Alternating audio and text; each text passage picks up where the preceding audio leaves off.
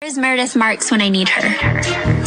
The rumors, the nastiness, the rumors, the nastiness. You want me to go there with her husband? I can go there. You can leave.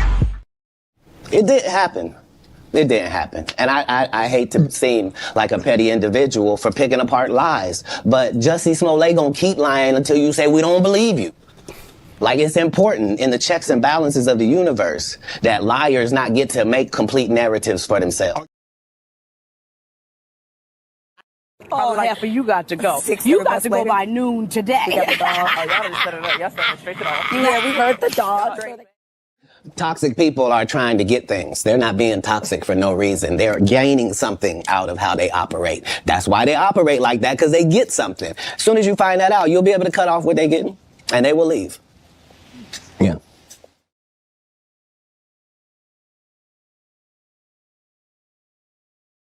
It didn't happen. It didn't happen. And Nothing happened. You did it. The things that come out of his mouth, if he were to pull that on me, like, I'd be catching a case. I'd be catching a case. Like, I'm putting claws in you, dog.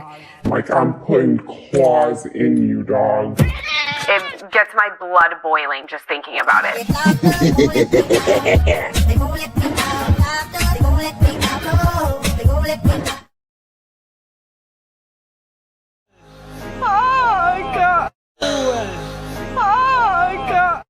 Research showing that revenge is an addictive like. That it's in many ways, the desire for revenge is more addictive than all the drugs you can imagine that are addictive.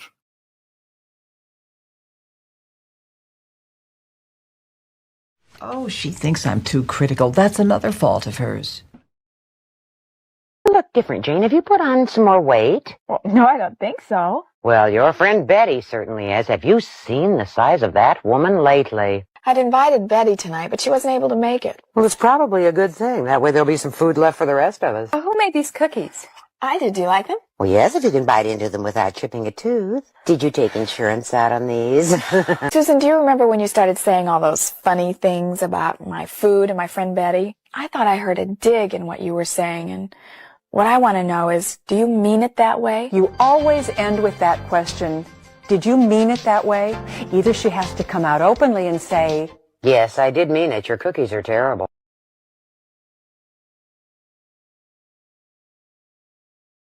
And I wear my weirdie pride proudly. My weirdie title. I'm a weirdie.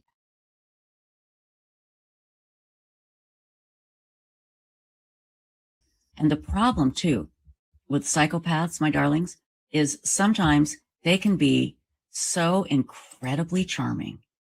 And you would never know it. You might know a psychopath your whole life and think they're the greatest woman in the world. You just have no idea that they're a psychopath.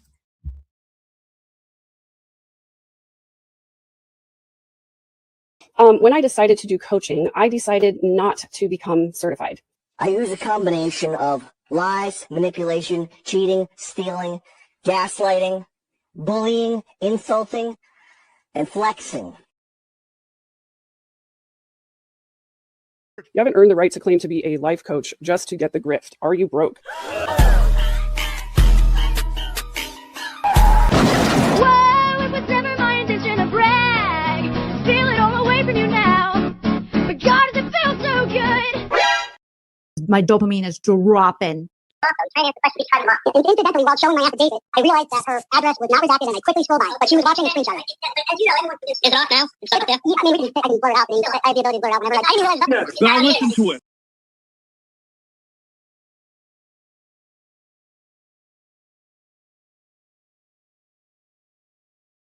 Do you like what you see? Judge me in the comments as fast as you can. Judge me, judge me, judge me. If you like what you see, come and get it with me. I know you deserve all you want. 'Cause your heart's made of gold, but don't wait till you're old. If you want it, I get you some. Hello, everyone. Welcome back to my channel. Stand-up comedian, pop culture vulture, dopamine queen, narc slayer, and grift reaper, Joleen Lunzer here for another No Offense, All Offense, where we talk about the things that are spiking our dopamine. Happy Monday, you guys. We have a lot to talk about, so smash that like on your way in. Make sure you hit that subscribe too. We are now over 53,000 subscribers, so thank you guys. We just keep growing. And if you want to support the channel further than liking or subscribing, you can always do what Nina did here, and you can send a super chat while we're live, and I will read your comments for everyone. Nina F, thank you so much for the 199. Says, go New York, go New York, go New York, go New York, go. We have game 3 of the NBA Finals against the New York Knicks and the San Antonio Spurs tonight. So far, the Knicks are in the lead 2-0. All right. Some people think they could be sweeping it because the Knicks stole 2 games in San Antonio. And now tonight they're at home in New York. So they got the home field, home court advantage. Michelle's 3 boys. You can also do what Michelle did and become a member of the channel where you get perks and emojis and things. The link is in the description to do that. Thank you, Michelle, for being a member for 5 months. Michelle says, love being a bestie for 5 months. Thank you, Dopamine Queen. Thank you, Michelle. I appreciate you so much. Lady Jane, member for 11 months. Thank you. I appreciate that. I also dropped the link for the membership in the live chat, and also the JOJO chats. JOJO chats are open if you wish to send a JOJO chat. That's basically my Venmo, PayPal, Cash App. I have pinned that in the live chat. It's also in the description of this video. You can leave any tip amount, any comment you want, and we'll read it aloud. I'll be checking them here shortly. So thank you. You guys, I appreciate it. Thank you, Ballet Flats. Janice says the Gray Bay video was the chef's kiss with a big old side of dopamine, allegedly. Thank you. Hello to everyone. I want you guys to shout out all your hopes, thoughts, dreams, and opinions about what we are discussing today in the live chat, or if you're on the replay crew, in the comment section. So we have a lot to get to today. We have some pop culture stuff, and then we have some true crime scammer stuff. Okay. So we have to talk about Tricia Griffith. There's a new filing with the probate court stuff that she is in with a deceased subscriber's estate, things that we've been talking about and roasting and things over here. We also have to talk about a couple other things within that little group of weirdos. And then we have to talk about Love Island, you guys. Love Island episode 5, I believe, aired yesterday. Episode 6 will be airing tonight at, I think, 9 p.m.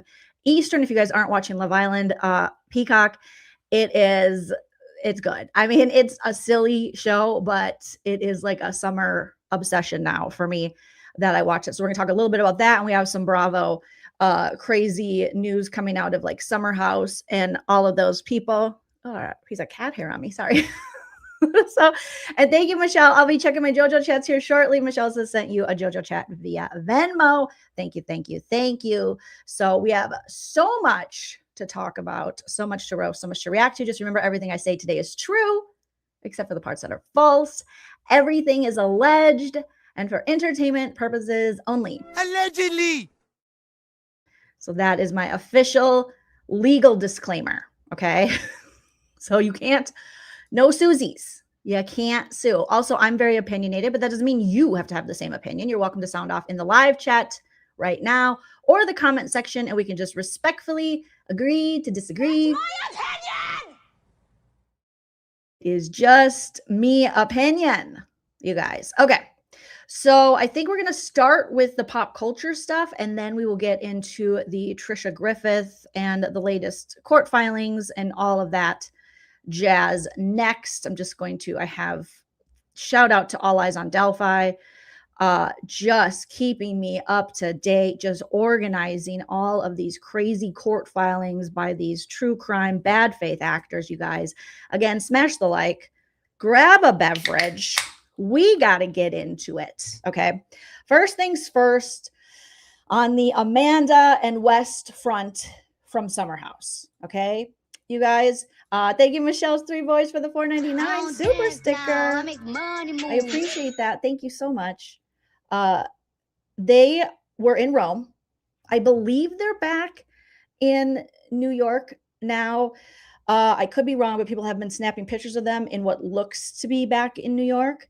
And while they were in Rome, some interesting things seem to be going down. Okay. They were attending a wedding for West's family, and this wedding and its wedding invitation has now put their timeline in question once again. Allegedly. So these two have this timeline that they seemed to have memorized, saying, okay, we hook up after we first kissed after a brunch in like February. Was it February or March? You know, it's like, who cares about the timeline? It's the betrayal on the part of Amanda against Sierra, and it's just West being an overall like fraudulent F-boy, so no one cares. But anyways, so they said, you know, they didn't have intercourses until after they put out a joint statement that they were seeing each other on Instagram. You're and we're like, what?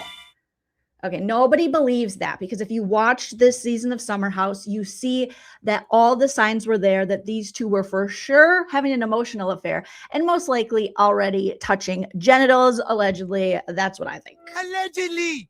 Okay, but whatever. But while they were in Rome, first things first, okay, this is love, apparently, allegedly. They're getting snapped by a lot of people, and paparazzi, and people are sending, you know, just regular people in Rome are sending pictures to Dumois and other, you know, blogs and such, because this has become the new scandal that has rocked the Bravo pop culture world. All right. Now, while they were in Rome, I don't know if you guys saw this, but they caught an intimate moment between Amanda and West. Okay. Trigger warning. You've been warned. Of Amanda spitting in West's mouth. It's not enough. Okay. So he opens his mouth wide and she spit something in his mouth. You're despicable. Now, Amanda's soon to be, hopefully, ex-husband, Kyle, chimed in. They have a video of this, of Amanda spitting into West's mouth in Taormina, Sicily. So in Sicily, Amanda spit in West's mouth. You're despicable. In public. And he looked all too excited to accept this. And Kyle has said, what the helly? Because that is still technically his wife, even though they are, Amanda said at the reunion that she has gotten counsel. And so hopefully they'll be divorced soon. But now he can log on to the internet and see his wife spitting into her fuckboy boyfriend's mouth, who also happens to be one of her best friend's ex-boyfriends. So I've been waiting for this moment all my life. You guys, it's not good. This is so, I mean, do these people ever think one day you might regret this? Because we're not talking about like 22-year-olds like Love Island. We're talking about Amanda's a 35-year-old woman. And what is West? Let's see how old West Wilson is. West Wilson's got to be at least 30. He is 31 years old. Okay. Don't they ever think that maybe, you know, they're not going to end up together, and down the road, their future spouses or person they're with or children, God forbid, will find these videos and pictures of them doing these things. I don't know. That's what I would think. And after all, just this relationship just keeps getting grosser and grosser. You guys, just when you think it can't get grosser, it gets grosser. And so everyone was pretty much talking about this because it's so disgusting, but definitely on brand, unfortunately, for these two. So that was trending over the past couple days. regarding Amanda and West. West also, I'm going to have to roast. Let me know in the comments if you guys want me to, after the video post, want me to roast some of West's podcast episodes, because apparently he has a podcast, I didn't even know, with some lady. And he kind of talks about some of this stuff. I mean, I guess everything he can talk about regarding without breaking any kind of Bravo contract. So maybe we need to, like we used to with Lala's podcast, maybe we need to roast up West and his weird podcast. Because, I mean, no one really wants to listen to that, right? But here is Reality Blurb.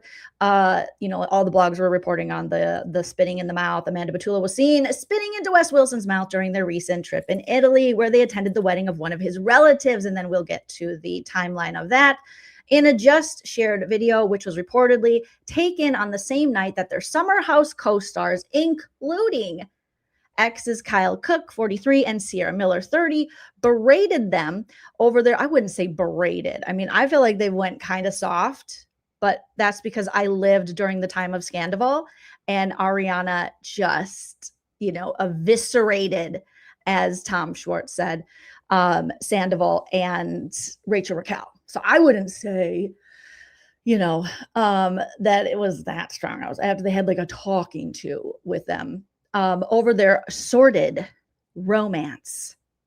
On part 2 of the reunion, Amanda, 34, appeared to hawk something. Even a walk can be an uphill battle when your dog has stiff joints. What is that? Hill's Prescription Diet Mobility Nutrition is clinically proven to help dogs' ability to run, jump, and play in as little as 3 weeks. So moving feels like a walk in the park.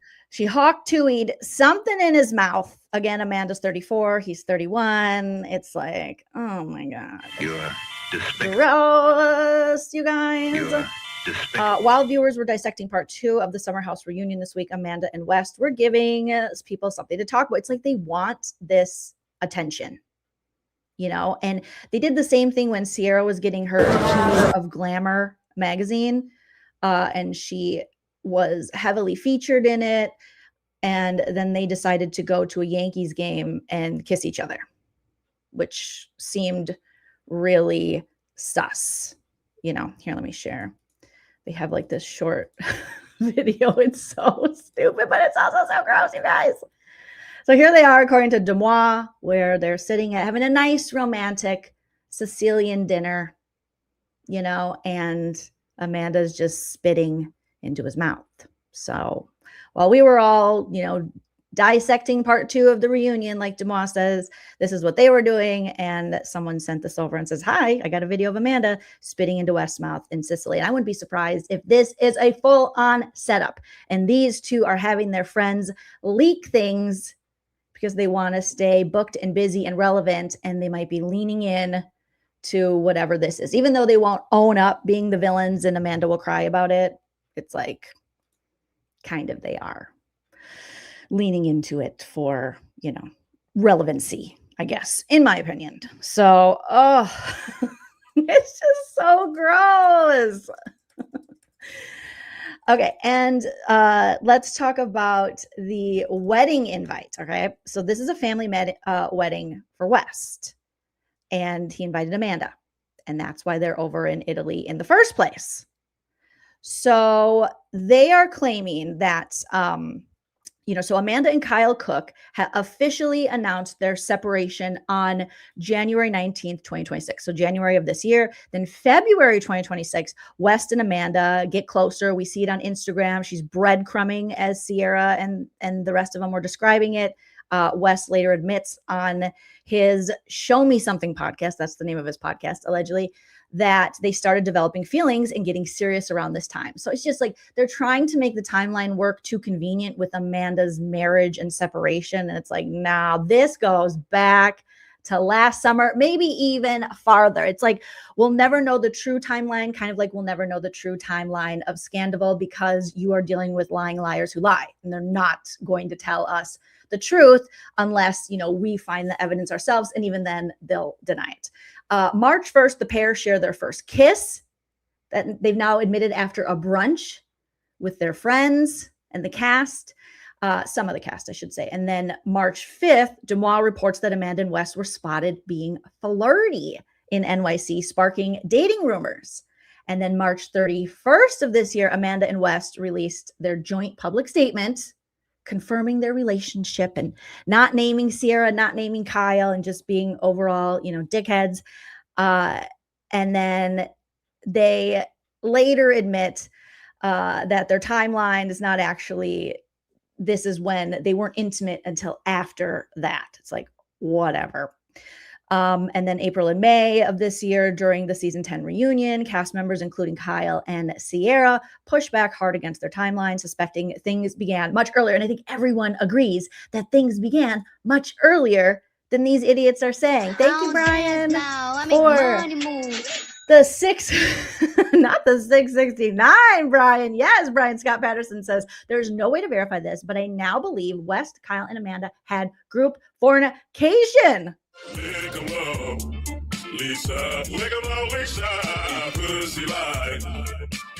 I believe you, Brian. I believe you. Something's weird in the water with Kyle's reaction to all of this. It's like his own guilt and possibly his own participation. So I am with you on that Allegedly. one. Did I just want to write fornication? Probably, but I believe you. I believe you. Evelyn, thank you so much for the 5. Evelyn says Amanda's pony bun has to go. I agree. I don't think it's going anywhere. I think it is a very good hairstyle for dating someone like West Wilson, who's a dirty dirtbag, and also Amanda, who seems to be a little dirty herself, with the pictures we've seen from her and Kyle's apartment and her just like hoarding things in their showers and such that don't belong in the shower, like clothing and shoes and all kinds of things just thrown in there, and then her own closets. So I think with West, he's so dirty, they're spitting on each other. You're going to have to tie your hair back. It's like a pie eating contest. You're not going to go into the pie eating contest with your hair. I don't know why I just thought of a pie eating contest, but here we are. Jesus is just alright with me. Jesus is just alright. Like Amanda knows that she's going to get dirty, or Amanda knows she is dirty and she wants to stay dirty. Allegedly. So she's going to tie her hair back because she doesn't want to have to, wash her hair. I think that's what we have going on here, but feel free to let me know what you guys think in the live chat. Okay. So apparently when they had to RSVP to this wedding was, I think, by early February, they were saying. And it's like, okay. So let's see. When did they, let's see, West, Wilson, and Amanda RSVP'd for wedding in Rome. You guys, it's too much. These two are too much. All right, so they're on their little European getaway. They're able to get away while this season 10 reunion is airing. And people are now, I think someone showed a picture of the actual RSVP. So people are leaking within West Wilson and Amanda's camp. And it looks like he would have had to RSVP. He was bringing Amanda. So if she just announced her separation in January 19th. And then they had, what did they say? Their first kiss, whatever day I said that was in February. And he was already, like they had just allegedly had their first kiss. They didn't know that they were falling for each other. And he had already RSVP'd in February to go to to bring Amanda to a family wedding. What? Like it doesn't add up. The numbers, the dates are not dating. The numbers are not numbering. And at this point, they might as well just come clean with the whole thing. Because regardless, people are still going to dislike them. You sure about that? Yeah, I'm sure about that. Like they're definitely still, no one's going to like them. Sidekick says, now I want pie. Evelyn says, West's friends and relatives at the wedding are, they're paparazziing him. They're papping him. They are getting it. Oh my goodness. Yes. Pie. It's pie eating, you guys. Evelyn says Rachel Raquel gave up the true timeline. Yeah, even Rachel came forward. Remember, she had that interview where she was crying and she's like, He wants me to lie for him. Tom Sandoval does, but I can't lie. And yes, we were together in St. Louis. Yes, way before. And I was like, yes, Rachel Raquel. But Rachel Raquel has a conscience. Amanda doesn't seem to have a conscience. She's not a Christian. She is dark-sided too. She is dark-sided too, which is crazy because I never thought I would be saying that. There's also now, at the reunion, there's all this talk of whether or not they spent, or Amanda spent, New Year's Eve alone. That was one of the big things that came up during the reunion, and when she knew she had to file for divorce was on New Year's. They spent New Year's separately. She was home by herself, and Kyle's out like DJing and cheating on her or something. But the Bravo sleuths, let me tell you, there is the true crime world, they might need the Bravo people because they sleuth it out. The true crime people have web sleuths. No, they have a lot of great true crime creators that actually know how to do it. But maybe web sleuths needs to hire some Bravo content creators or Bravo fans, period, because they will sleuth it out. So people are now seeing that there are these clues on Wes's IG stories. So on his Instagram stories with her jacket in the forefront. So they're like, why would Amanda's shit be there? Her jacket, her scarf in New Year's posts on Wes's IG if she wasn't there, if she was spending it by herself. So it's like nobody believes the amount that Amanda's been partying and hanging out with Wes and drinking and breadcrumbing. No one believes that she stayed home on New Year's alone. No. I walk him down the whole time. I know he got some horn. Nobody believes that, you guys. And they're really trying to get us to believe this, and we don't. All right. So we have tomorrow we have part 3 of the reunion, which, it'll be good. Hopefully. I mean, the first 2 parts have been really good. So I'll watch that and I'll be recapping it on Wednesday as far as Summer House goes. But we have a lot of things, coming out about, but those are like the main things. People trying to, putting holes in their Amanda's New Year's Eve story, people putting holes in their relationship timeline once again, and then people reporting back all the romantically disgusting things that they're doing while they are over in Europe. And I hope they're back in the States now, because I feel bad for the Europeans. We just should not be doing that to them. They didn't ask for this. This is some American gross bullshit, and it should just stay over here. That is just my opinion, you guys. Okay. Now we got to get into the Love Island of it all. You guys, we haven't really got to talk Love Island yet, but there's like a million episodes in a Love Island season. So we will definitely be talking about this more often.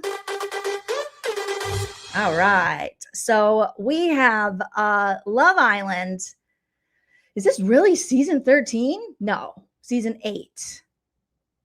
Who knows? It has 13 seasons. What the frick? Let me look here, you guys. Let's see.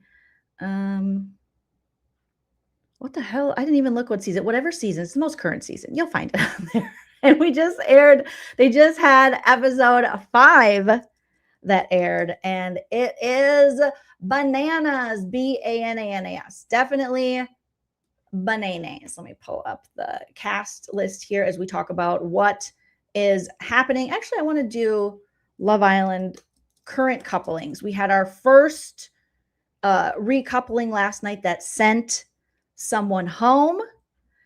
So that was a big deal. All right, couplings for this season. And I wasn't surprised. It sent Sean home. Sean is the 29-year-old cop. He dressed like everyone was. My husband said he looks like Kevin James from the show. What is that show Kevin James was on? That sitcom with Leah Remini. And then sure enough, I went to the internet and the internet had already been like, yes, he does. How he dressed at the recoupling. He looked like a divorced dad. Well, technically he's a divorced dad. I don't know if he ever got married, but he's a dad and he's not with the mother of his child. Okay. 13 is UK. Got it. So we're not quite, I was like, we haven't had 13 episodes. We got season 8 and we've had 5 episodes.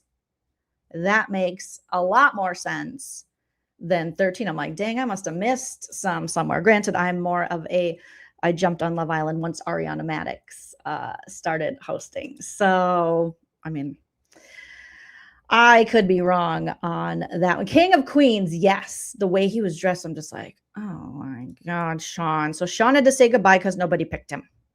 And we were like, bye-bye. Bye-bye, Sean. So we had our first, we're going to have 3 bombshells, I think, enter the villa tonight. And let me pull, oh, that's not, those are the original. Oh, shit. Okay, let's look at this original one. I think that they have, TV Insider has the original couplings, which some are still together, some aren't. Let me know who your favorite coupling is in the chat or the comment section. I will tell you my favorite coupling right now. I will show you who it is. Okay. So at first, this was let me make this bigger. There we go. Let me get rid of this. Home Depot. Beat it, Home Depot. We don't want your ad. Oh my God, they won't even let you close your the Home Depot ad. Get out of here. Get out of here. Okay, forget it. Fine, Home Depot, you can stay. Now it's just like, it is fighting me. Well, not let me close it. Okay, so originally Kenzie is the blonde here. Now, Kenzie is such a character. You guys, there's so much to roast with this Kenzie woman. All right. She came on with bangs, which immediately, bad idea. It is summer there in Fiji. The humidity alone, knock it off. In a tropical climate with bangs, when you don't have to have bangs, is next level. And I only say this because I recently saw a short of a hairdresser who was like,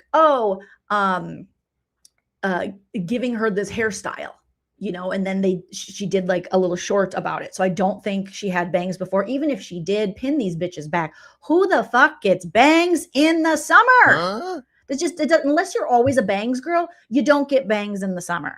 All right. Because especially if you have anywhere that has any humidity or any heat, you just don't do it. Wait a minute. I was like, oh, Kenzie. Who are you? And my husband does this. Kenzie she's great entertainment right now, but she's one of those people. She has these beautiful white teeth. However, her mouth is always open. So me and my husband walk around the house like this guy. Because she just always has this big, bright smile, which is great. But she also always is ready to catch flies, as her mouth is always ajar, like just gaping open. Our little Kenzie with the bangs, like, huh? So initially she got with Zach, and Zach is the brother of Charlie from last season. I would say Zach is cuter than Charlie from last season. Now, Zach right away was like, I'm not into this. Like, he was like, and so he didn't want to lead her on. So within 24 hours, Zach was like, I'm going to go with the new bombshell that came in, Kada. And Kenzie, like, oh my God, she freaked out. Bruh. I was a little worried that we were going to get just full on like psycho. I'm thinking, girl, it's barely been 24 hours. Yes, they slept in the same bed because that's how it works on Love Island. But he made it pretty clear. He even said in one of his confessionals, like, I don't want to lead her on. I'm not that interested. And she was just like, eh. He tried to talk to her, about it. And she's like, I don't want to talk to you ever. Like, nah, like she will not talk to him. I think still to this day, she won't talk to him. They had a challenge recently and she threw like papers at his face.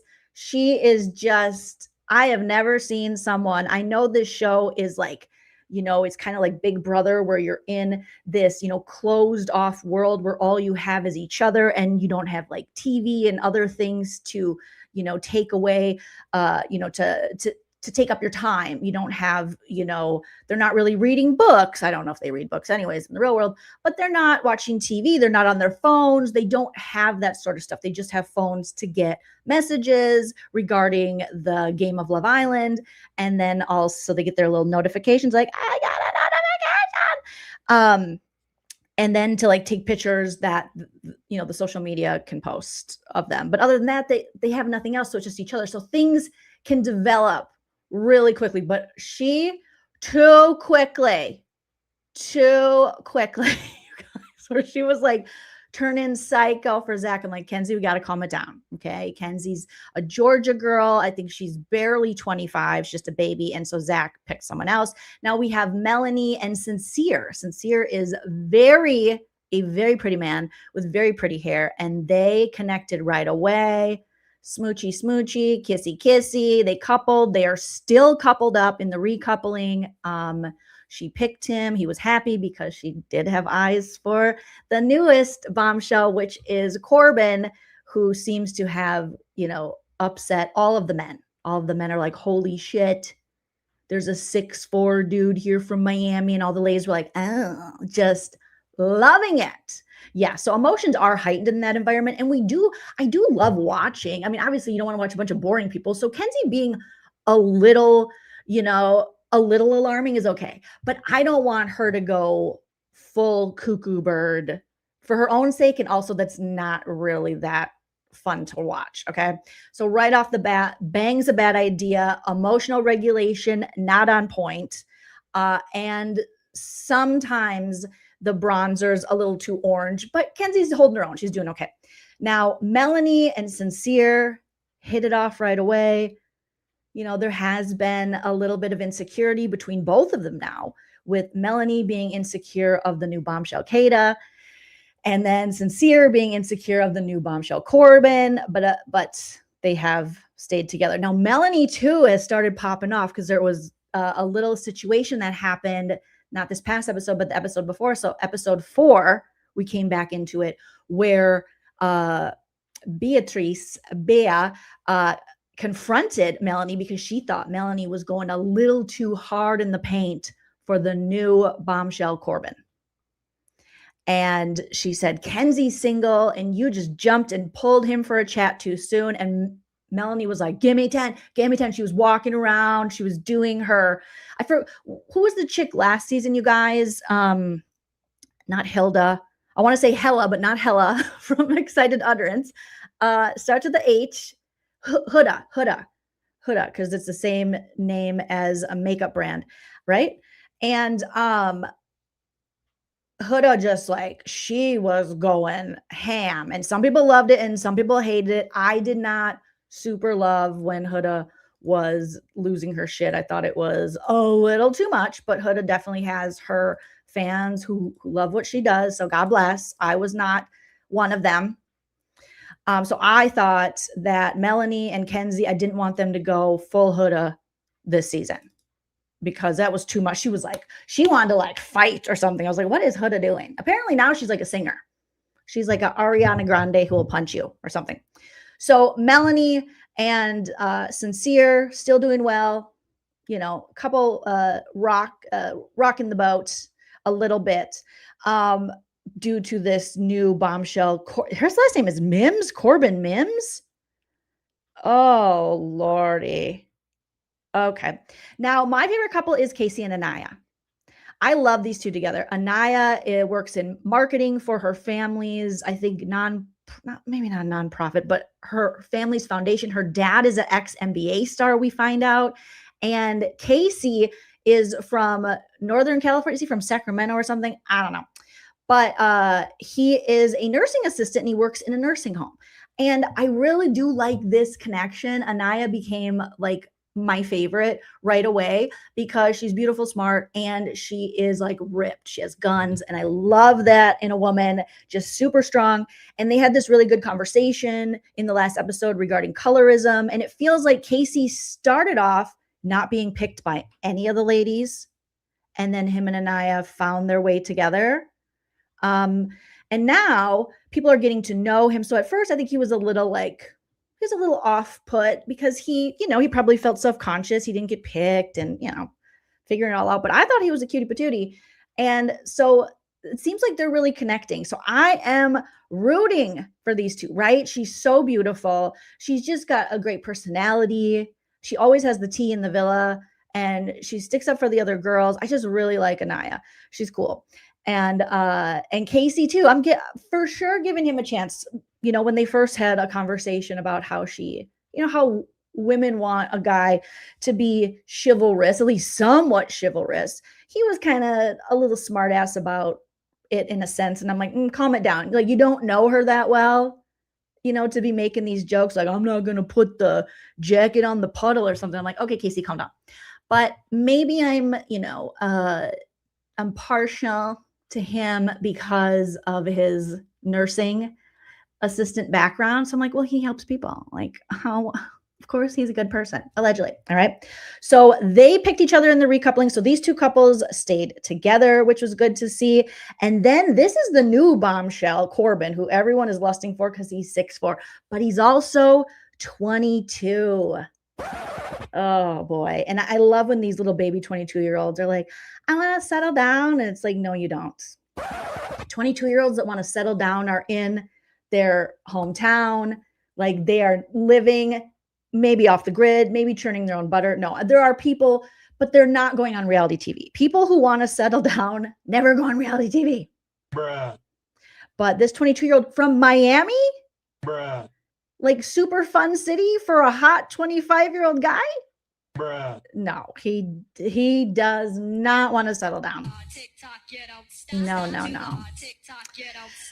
But I knew he was going to pick Kenzie because it was pretty much a sure thing. Kenzie was the only woman who was not in a coupling at the time. She was kind of debating back and forth between him, Sean, the divorced dad, even though he's never been divorced, I don't think, and then Gabrielle, who's with Beatrice. So they end up together.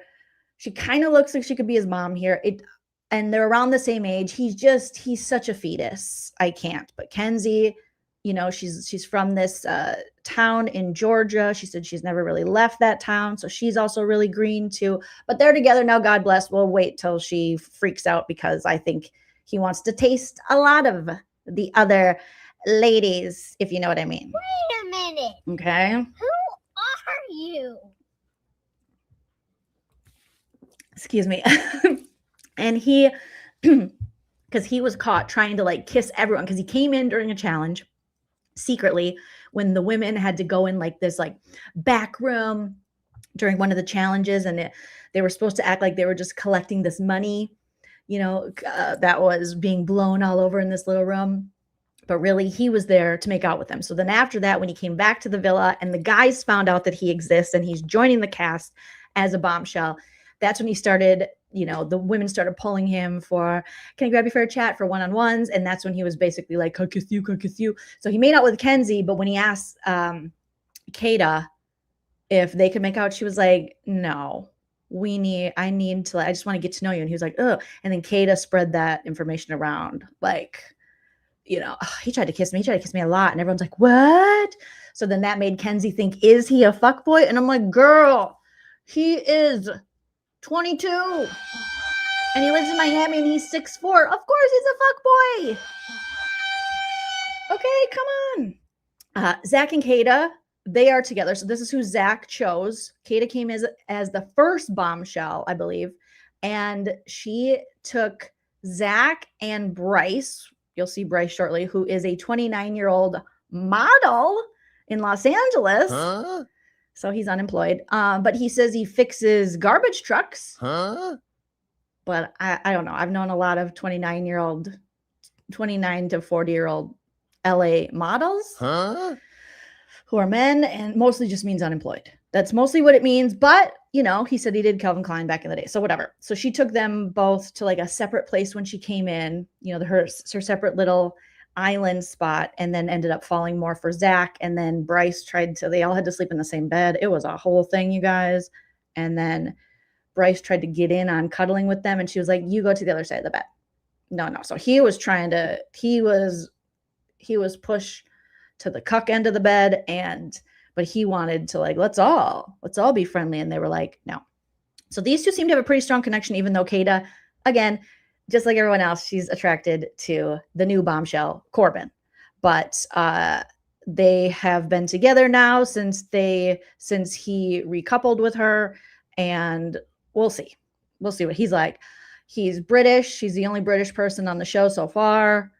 And so he tells her stuff when she's like, I like chai tea. And he's like, Guy, did you know that's Australian. We took out tea and crumpets. He's like, did you know that chai in Indian is actually tea? So you're saying you want tea? And she's like, oh my God. That's crazy. You're so smart. You're so smart. So you're just saying tea. Oh my God, that's great. And he's like, as long as I can keep telling her things about being, British words versus what Americans say, we have something to talk about. And I'm like, oh my God. I'm not quite sure why I'm here or what I'm doing. Okay. But there's a reason. Now, this is an interesting coupling, okay? We have Beatrice and we have Gabrielle. Gabrielle came in as a bombshell and all the ladies were lusting after him. I didn't get it because I don't know about you, but any guy that comes in with his shirt completely, like always wanting to take off his shirt or his shirt complete, like he came in with maybe one button, buttoned. I think Corbin came in with maybe 2 buttons buttoned, but Gabrielle came in with one button and he constantly wanted to take his shirt off. And I'm thinking stripper, gay, like that's where I go with my thoughts. I'm what? Then come to find out some guy is trying to out him, unlike TikTok or Twitter. So I'm not for outing anyone, but it's already gone viral that he might have, hooked up with this other guy at like a modeling thing. And he could be pan, he could be bi, he could be gay, he could be, we don't know. Okay, but here he is on Love Island. So far, he hasn't talked about hooking up with dudes too, but and the other guy could be lying. We don't know, but now it's out there, and this happens every season of Love Island. But he does kind of seem like he seems like he would. I feel like Gabrielle feels a little pan to me. He just likes who he likes, a little pansexual. But I don't know. I can't tell him what he is. He'll have to tell us. But he's with Beatrice, and Beatrice is a badass. She is a Paralympics Olympian with like the long jump and all these things.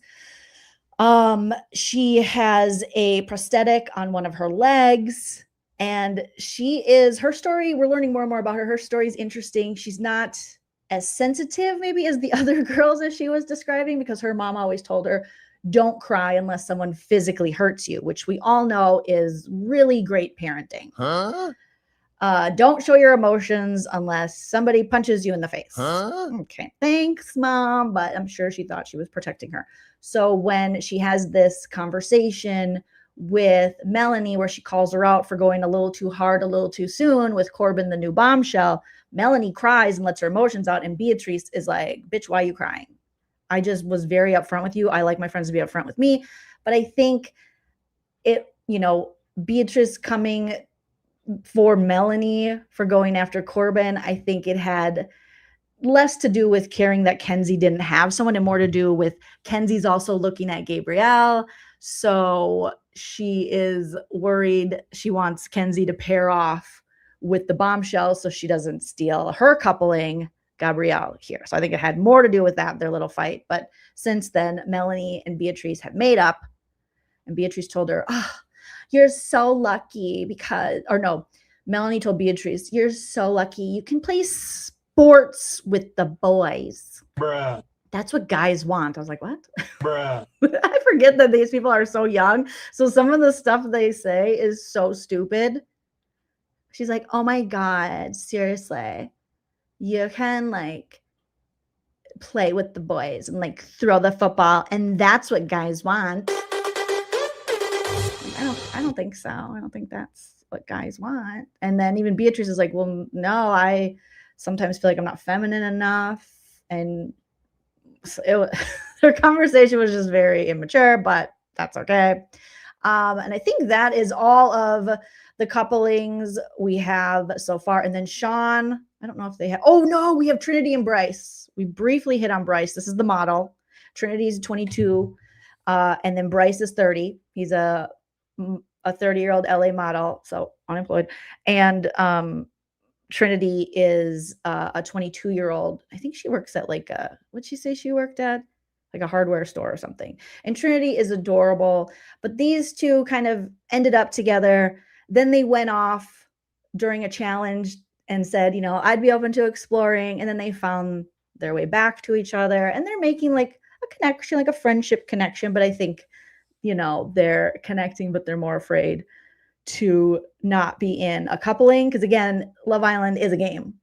And you want to be one of the last couple standing, preferably the last couple standing. But the longer you're on the show, the more, relevance you get, the more people know your name, the more brand deals you can get. Like, it's a whole thing.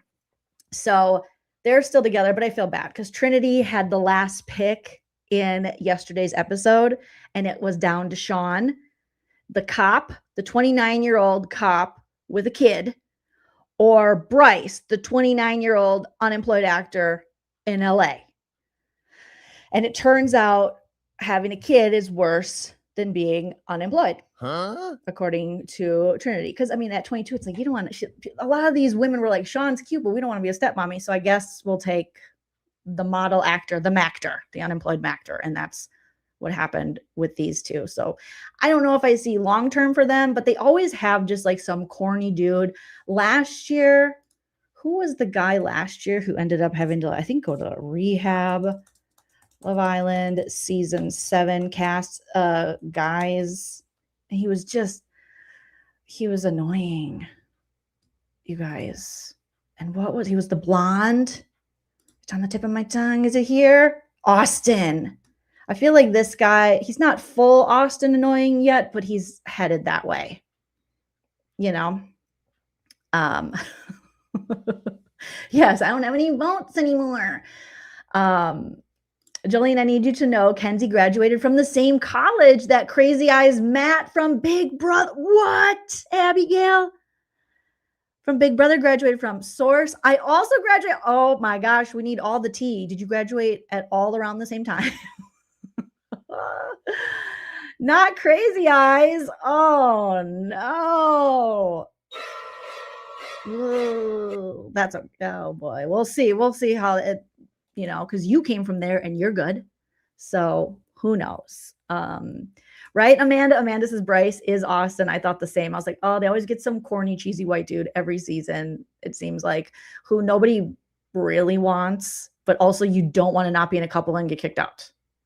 They do need a Love Island YouTube Grifter edition. I would watch the shit out of that. Yes, Sandy, Austin. So, oh my gosh. Lover of Bad Puns says, I'm just imagining Tricia wandering around one of these shows talking to her. So can you imagine, like, elderly YouTube grifter Love Island? Oh, shit. I'm here for it. So right now, it's just, so far, this has been really entertaining. This season, to me, it's been very entertaining. It is just like a summer, I would say, a summer obsession, but also it's like things you love to hate, things you hate to love. It's like something I hate that I kind of love, but it is the start of the summer for me when Love Island comes on, and it is, you're just like, oh, I'm thinking with my 46-year-old lady brain, and I remember like half of these people, some of these people, their brains aren't even fully developed. They're not even 25 yet. So they're at a deficit, but so far we've had some drama. We've had some recouplings. We had Sean. I got to pull a picture of Sean here to show you guys. We've had Kent here. Let me show you some pictures before we move on here. We've had Kenzie popping off in Cuckoo Birdville. Thank God I didn't go on any kind of reality show when I was 22, because God, I would never be able to live down what a crazy pants I would have looked like, just with all those emotions and not having your frontal lobe fully developed, allegedly. That would have been a mess. Oh my gosh. So there's Kenzie crying over someone that she knew for less than 24 hours who didn't even like lead her on or anything. And she's like, I hate him. I hope he rots in hell. I'm never talking to him. And you're like, oh, okay. Kenzie, calm down. And she's like, no, I'm not. And then when he recoupled, she did this like kiss to him. I would say, as far as you know, if you kind of act that way, it's entertaining, but you also have to think of like, well, what do the other islanders think if they want to recouple with you and they see you acting kind of psycho? But she's just not thinking that way at all. Chickenhead, thank you so much for the super chat. I appreciate that. I don't dance now. Said, I make money move. Kenzie said, Kata said Corbin asked for 3 times for kisses. She was told that by, yes, one of the girls.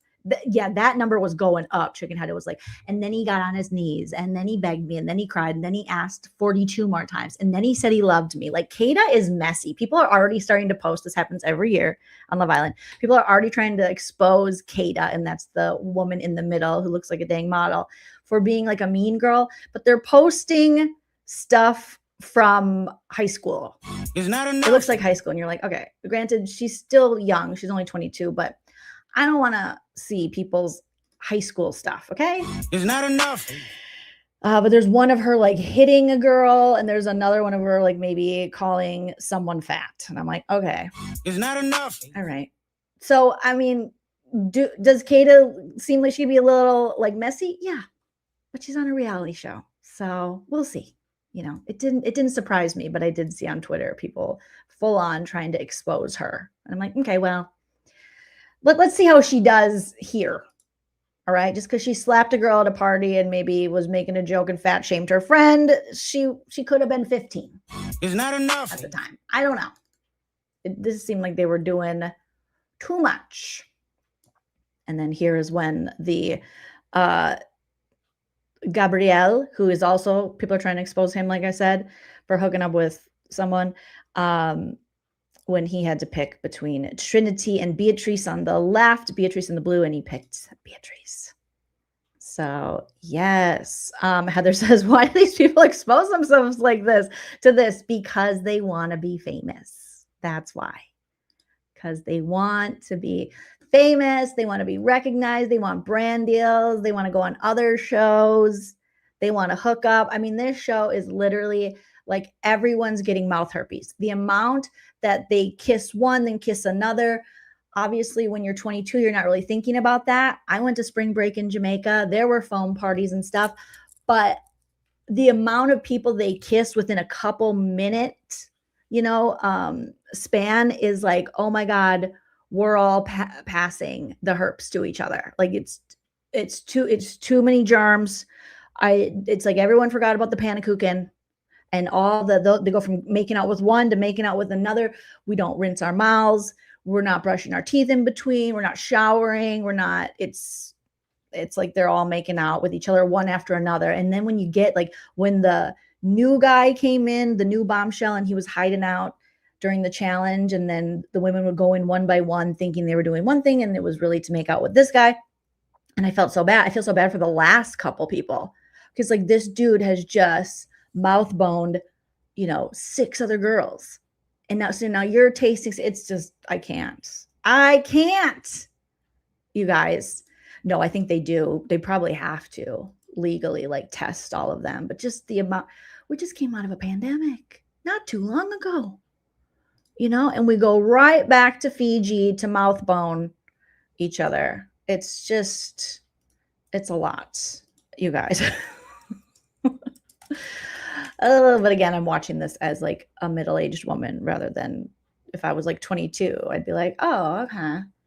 I don't know. I never made out with that many people in a row at that age. So I don't know how I would feel. But at 46, I'm like, gross. Oh no, I do not want to taste that many people's salivers. No, thank you. Okay, I got to show you before we wrap it up what Sean wore. Looking like Kevin James, all right, from King of Queens to the damn show, to his, oh, there he goes. There, okay, let me share this with you guys.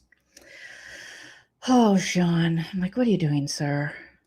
And it's summer, okay? Yes, it might get a little cooler at night, but he had a full-on 90s, which I normally love, even like old school Doc Martens. But it's just, that's not the outfit you want to wear on Love Island, and you look too much like King of Queens, Kevin James. All right. But this is him. Let me share it with you guys. And I'm thinking, oh, right when he walked in with that outfit, I'm like, he's going home. That divorced dad is going home. He is going home. All right, let me open the Love Island. Okay, there he is. There he is. All right, let me share this with you here. And this is according to the Love Island, or this is a picture from the Love Island Instagram. So here it's like, sir. Heather says it's okay. Cooties are hot. So many cooties. So many cooties. But here, and let's pull up Kevin James, King of Queens. He does. Oh my God, Sean. No. Also, I feel like if they're going to bring on a guy that has kids or a woman who has kids, like they did with Huda last year, they need to make sure there are some cast members that are going to be okay with being, with dating someone with kids. I don't think they really did that, because most of the girls are like, And not only does he like kids, but he also loves country music. It's not enough. And some of these ladies were like, no, we're not doing that. Okay, so remember him here. All right. Remember our little Sean like that. And then now we're going to pull up Mr. Kevin James from King of Queens. And he looks like, he looks like that. Oh my gosh. Okay. Here we go. And Kevin, where are you? Where are you, Kevin? There he is. Oh, you guys. It's just not right. And there he is. Sean. Oh my God. Turn his TV off. Turn his TV off. Oh, right, Peanut? Same. Peanut says, I'm 49 and I'm thoroughly disgusted by a lot of Love Island, but I still watch. Me too. The Olap says, based on just the stream right now, I have decided that I don't like that Bryce guy. And I also don't like, okay, I love it. I want to see if, as I cover this show, Olap, if your opinions change. So you don't like the Bryce guy, and you also don't like the guy that's hair looks like a neglected succulent. Not a neglected succulent. Oh my gosh, which one is that? Me too. Evelyn says, sometimes I fast forward through all the making out, as it's a bit much. It's a bit much. It's a bit much. Right? He just looks like, yeah, it's a mess. So that is that's that about that, you guys. That is our Love Island segment. So if you're watching, keep watching, because I'll keep giving roasts and updates. That was kind of like a catch up. And now that we're caught up and we know who's who, now we can just talk about the episodes. They're literally, the episodes are every day, you guys, except for Saturdays, I think, are the only days that Love Island doesn't have an episode. Luckily, it's like a guilty pleasure. That's what I was thinking. It's like one of those guilty pleasures. You don't have to pay a lot of attention to it. And most of it's just roastable. So that's the Love Island segment. Moving on, you guys, as we have to do. Okay. So there has been a new filing in the Tricia Griffith versus Linda Daphne. And we got to talk about that. And again, I want to drop this link for All Eyes on Delphi. It's to their sub. Is this a Substack or a subtext?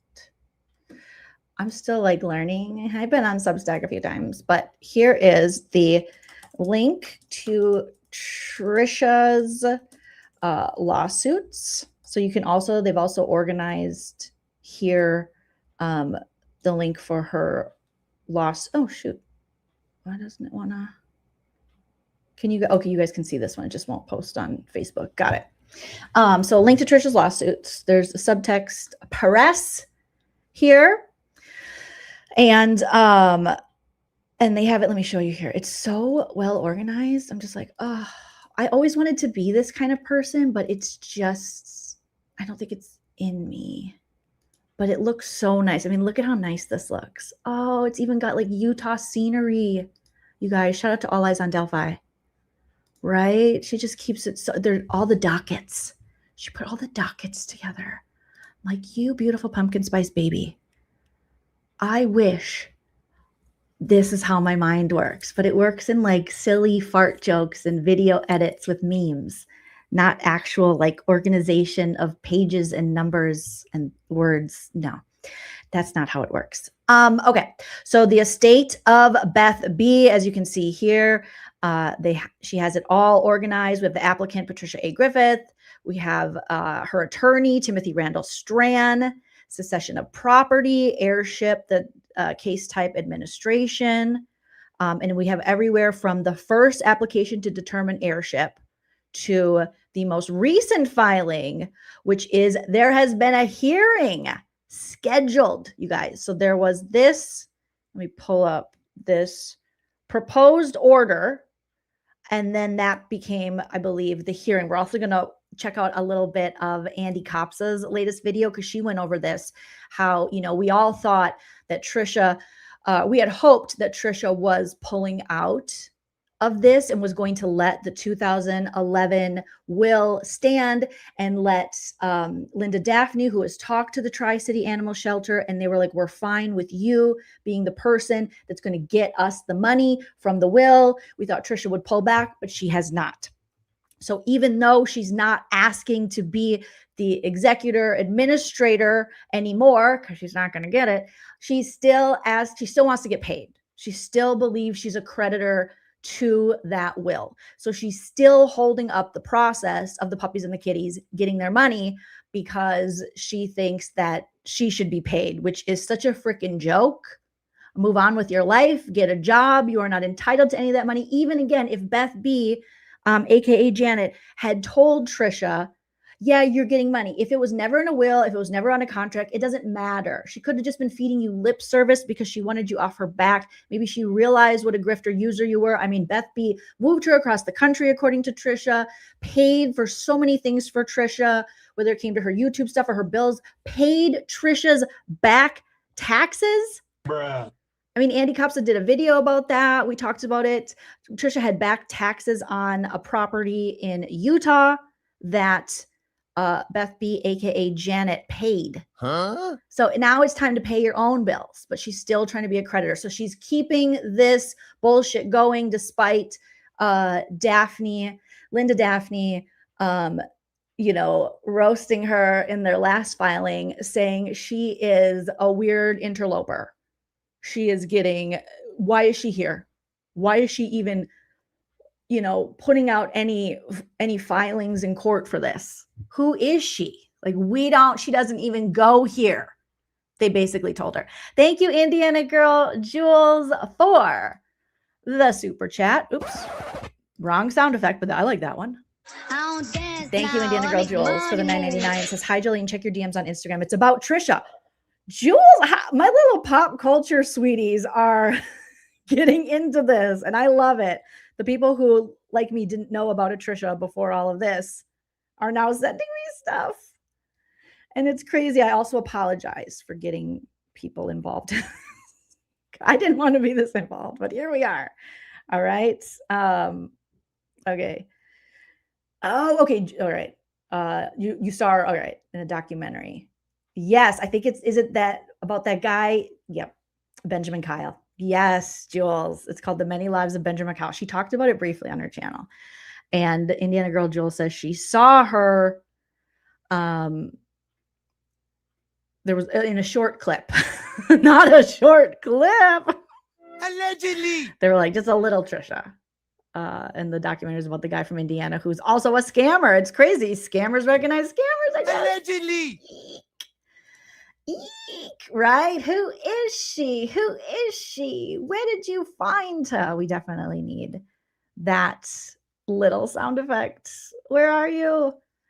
Friendly friend. Here we go. Who is she? Who is she? Who is she? Where did you find her? Who is she? Where did you find her? Yeah, so that, despite them saying that, despite Linda Daphne saying that to Tricia. Tricia's still like, I'm here and I deserve to be credited. Give me some credit. It's like, oh my God. Oh my God, Tricia. So on this day, there's an order on Linda C. Mills' motion in limine regarding Patricia Griffith standing on this day. Came to be heard Linda C. Mills' motion in limine regarding Patricia Griffith standing in the above styled and numbered. Oops, I'm not showing you guys. Sorry. Let me show you the actual filing here. I'm still in the wonderful folder. So this is in the Google Docs that All Eyes on Delphi has. I dropped a link. I'll drop a link in the description too. And so on this day, it came to be heard Linda C. Mills' motion in limine regarding Patricia Griffith standing in the above styled and numbered cause. And the court finds that the motion should be granted. So it is therefore ordered that Patricia Griffith lacks standing to further participate in the above entitled cause and is dismissed as a party to the proceeding. It is further ordered that Patricia Griffith's creditor objection and opposition to appointment of proposed executor filed on April 29th, 2026 is hereby dismissed with prejudice. So now what we have going on is there is a, let's see where it says this here. There is a hearing that is scheduled regarding this for August 12th, 2026 at 11 a.m., right? Or is that from, I think so. Okay, let me see. That's from the 28th. Okay, we saw that one. No, that's her other one. Tricia, you have too many filings. She has so many filings. All right. And dismissed, agreement of parties. Oh, that's her other ones. See, these are her other lawsuits.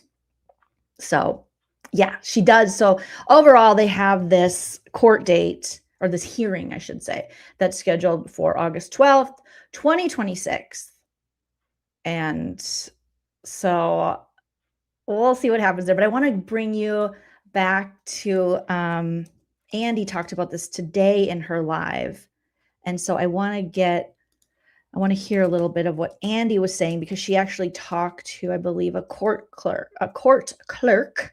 Shout out to Andy. Here is the link for her channel, Andy Kopsa, and that's ANDYKOPSA. And here's Andy's channel. So definitely go sub up, because she's far smarter than me when it comes to this stuff. So it is so nice to hear her explaining things as well. All right, let's look at her video. Today, she did a video, Tricia goes to court, and then there's a hearing date.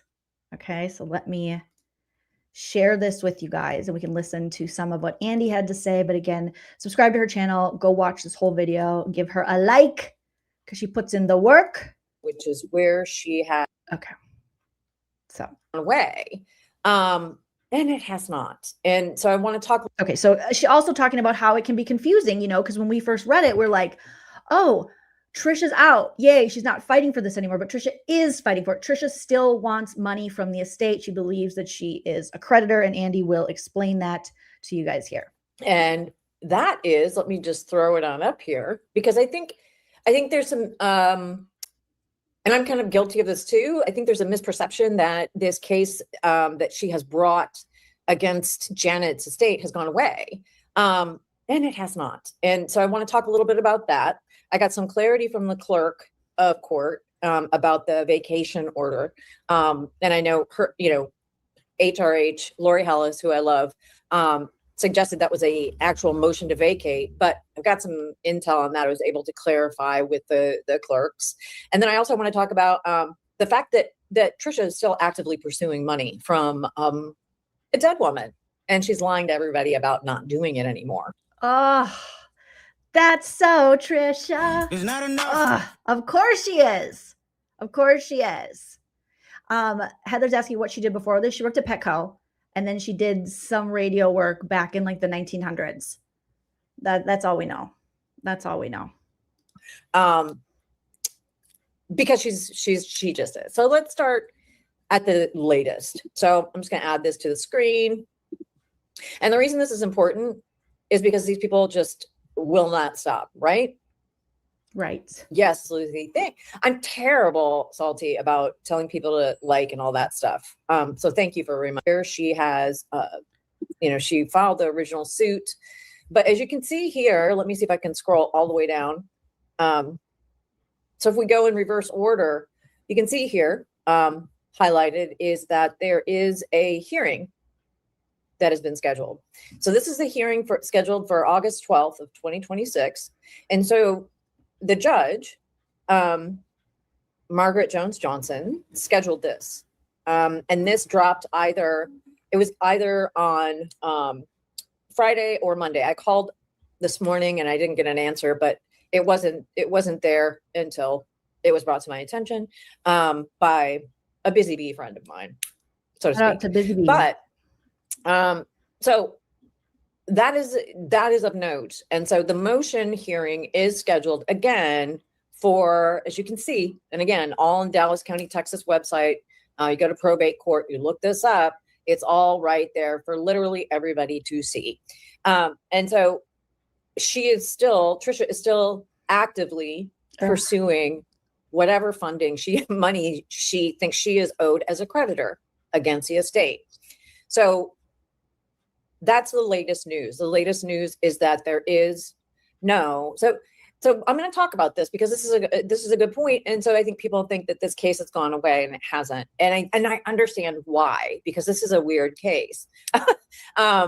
Weird in the sense of what was the I wanted to say malingering interloper, but we'll get into it. Joleen over at Joleen Lunzer did a read through of the actual filing. So let's talk about the status. So the status of the case. We did a read through. Thank you, Andy. Shout out to Chicken Head. Thank you so much for the 199. Yes, Kenzie. Oh, Kenzie lied is the issue. Or Kayla lied. Sorry, Chicken Head. I missed that one. Slipped by. But thank you so much. Also, shout out to some JOJO chats that came in. Michelle, thank you for the 10. Via Venmo. Michelle says, thank you for all of the dopamine spikes. You are so welcome. And then Sarah, shout out. Thank you for the 10. This came in after my last live. And it said, it says, Janice called out a woman filming Some of Us Saturday night. The woman got all flustered and fumbled around like a short-circuiting, stroking out Roomba. Then she hightailed it out of there. Oh, was this any of the ladies that Christina got on the 360 cam, Sarah? And way to go, Janice, for calling out people who are just being weird and creepy. Oh, so thank you so much. And then Amy too. Amy sent a JOJO chat in, and that came after, I think, or I missed it. So thank you, Amy, for the 5 via Venmo. And then Amy says, if you guys can, please report PC8_Amy. So that's PC8_Amy. That's using my picture and change their username to look like mine. I would really appreciate it. Search for their channel, click the 3 dots, and then you can put report impersonating PCB_Amy as the person being impersonated. Thanks so much. That was creepy. Last stream, we had an Amy clone that came in. I was like, what?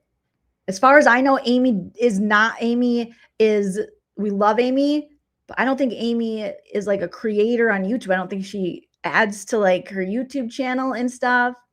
Amy is a pop culture vulture. She's a true crime girly, but weird that they would pick Amy out. So again, if you guys could report the PC8_Amy, and we blocked it from this channel, but PC8_Amy is trying to be PCB_Amy, if that makes sense. It was creepy. There's some creepy stuff. Now that, we're talking about this stuff, we have that kind of stuff happen, which makes you wonder, like, what's Swamp Stacy been up to?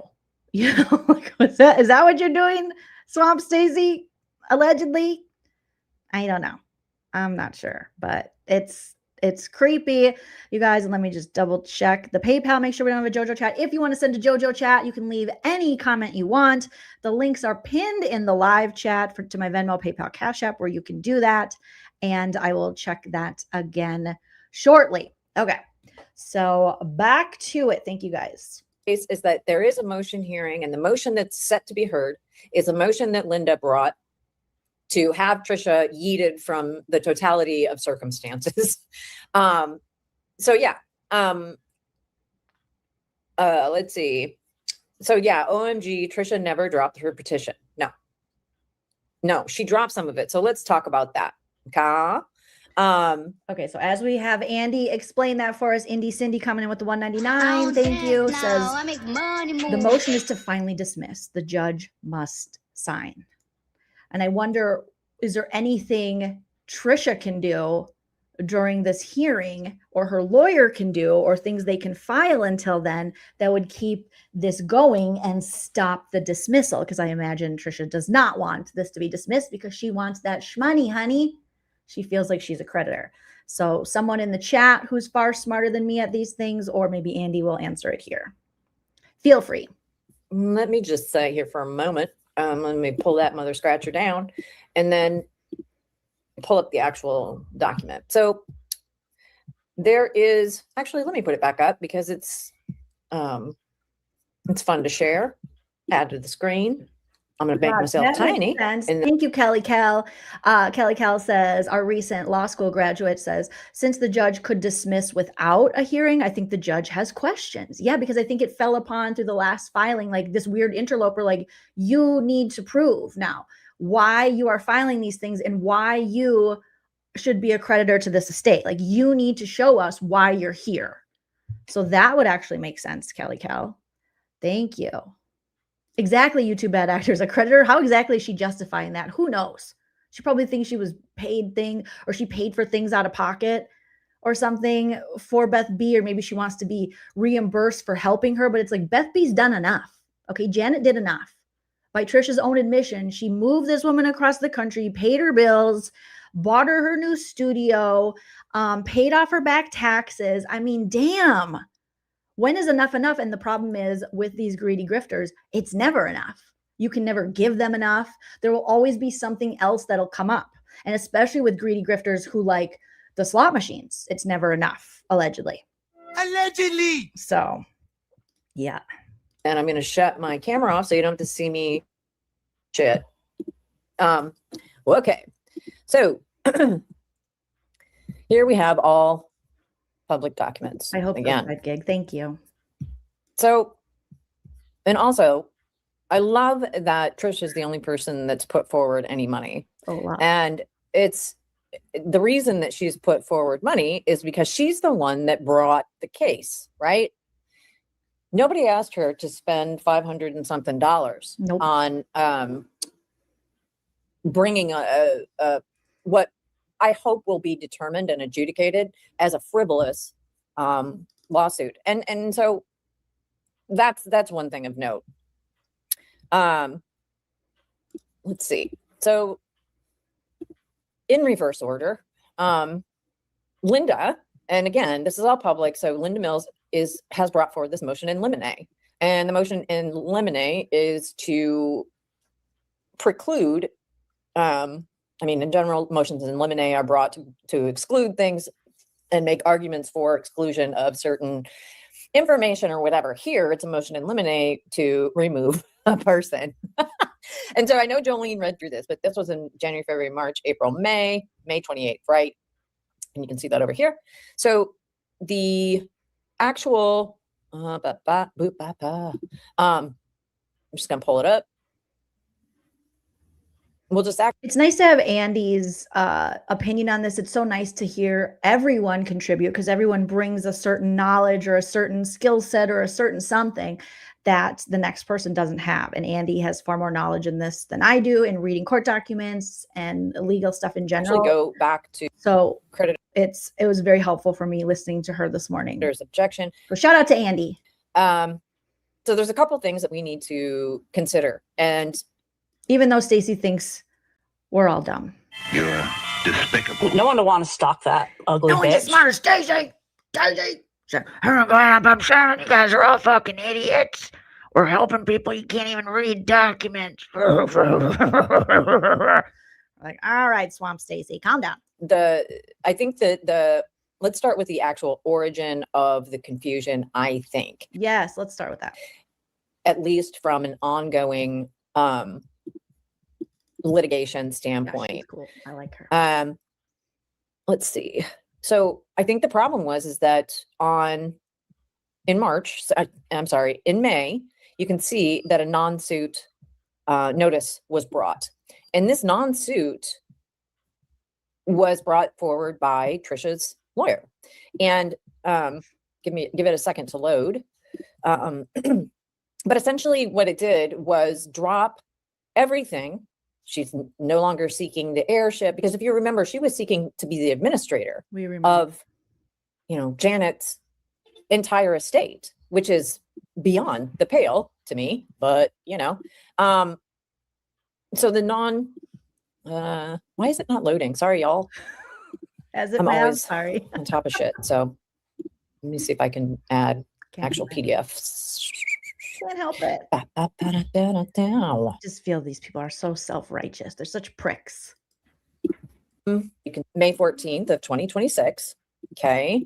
And so this was filed by Tricia's lawyer. And what it does, and I'll read it, and then we'll talk about what it doesn't say and why this is still an open issue.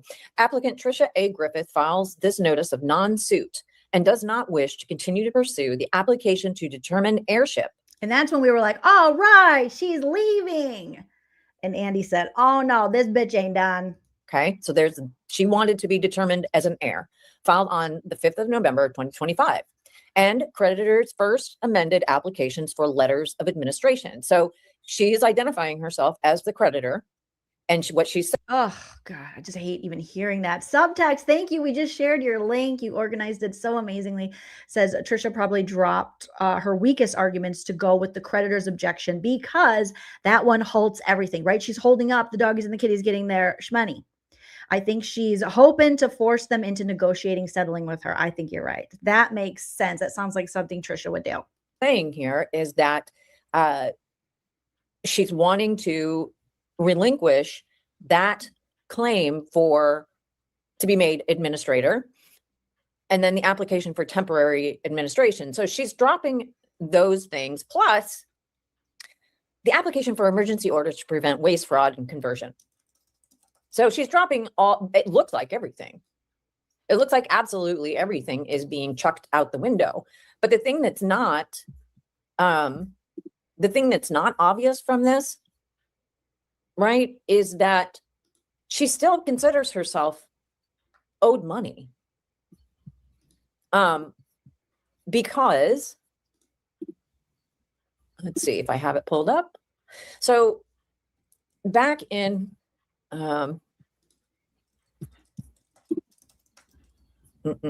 sorry. I want to know why she thinks she's owed money. So back in, let's go back to our other page.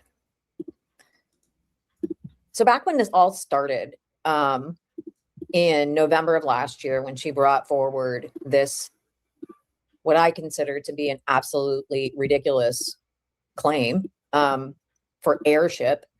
So we go back to the Dallas County website and we go up to here.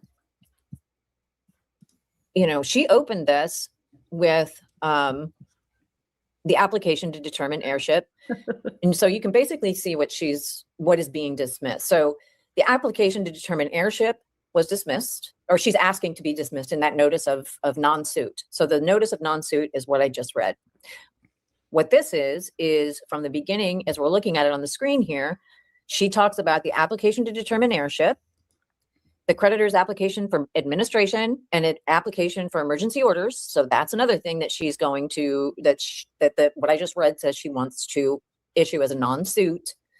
Then you have administrative. So this is the temporary letters of administration and blurgity blurg, based on her rendition of making Linda out to be a scammy McScammerson and a grifty McGrifterson. Yep. And I just posted 12 minutes of one of the field trips. I'm kind of making some shorter form videos since Tricia and Stacy have privated most of the content on their page, which looks sus as fuck. For whatever reason that they've done that. I mean, there's lots of reasons we can speculate why they did that, but none of them are because they're innocent people, allegedly. Allegedly.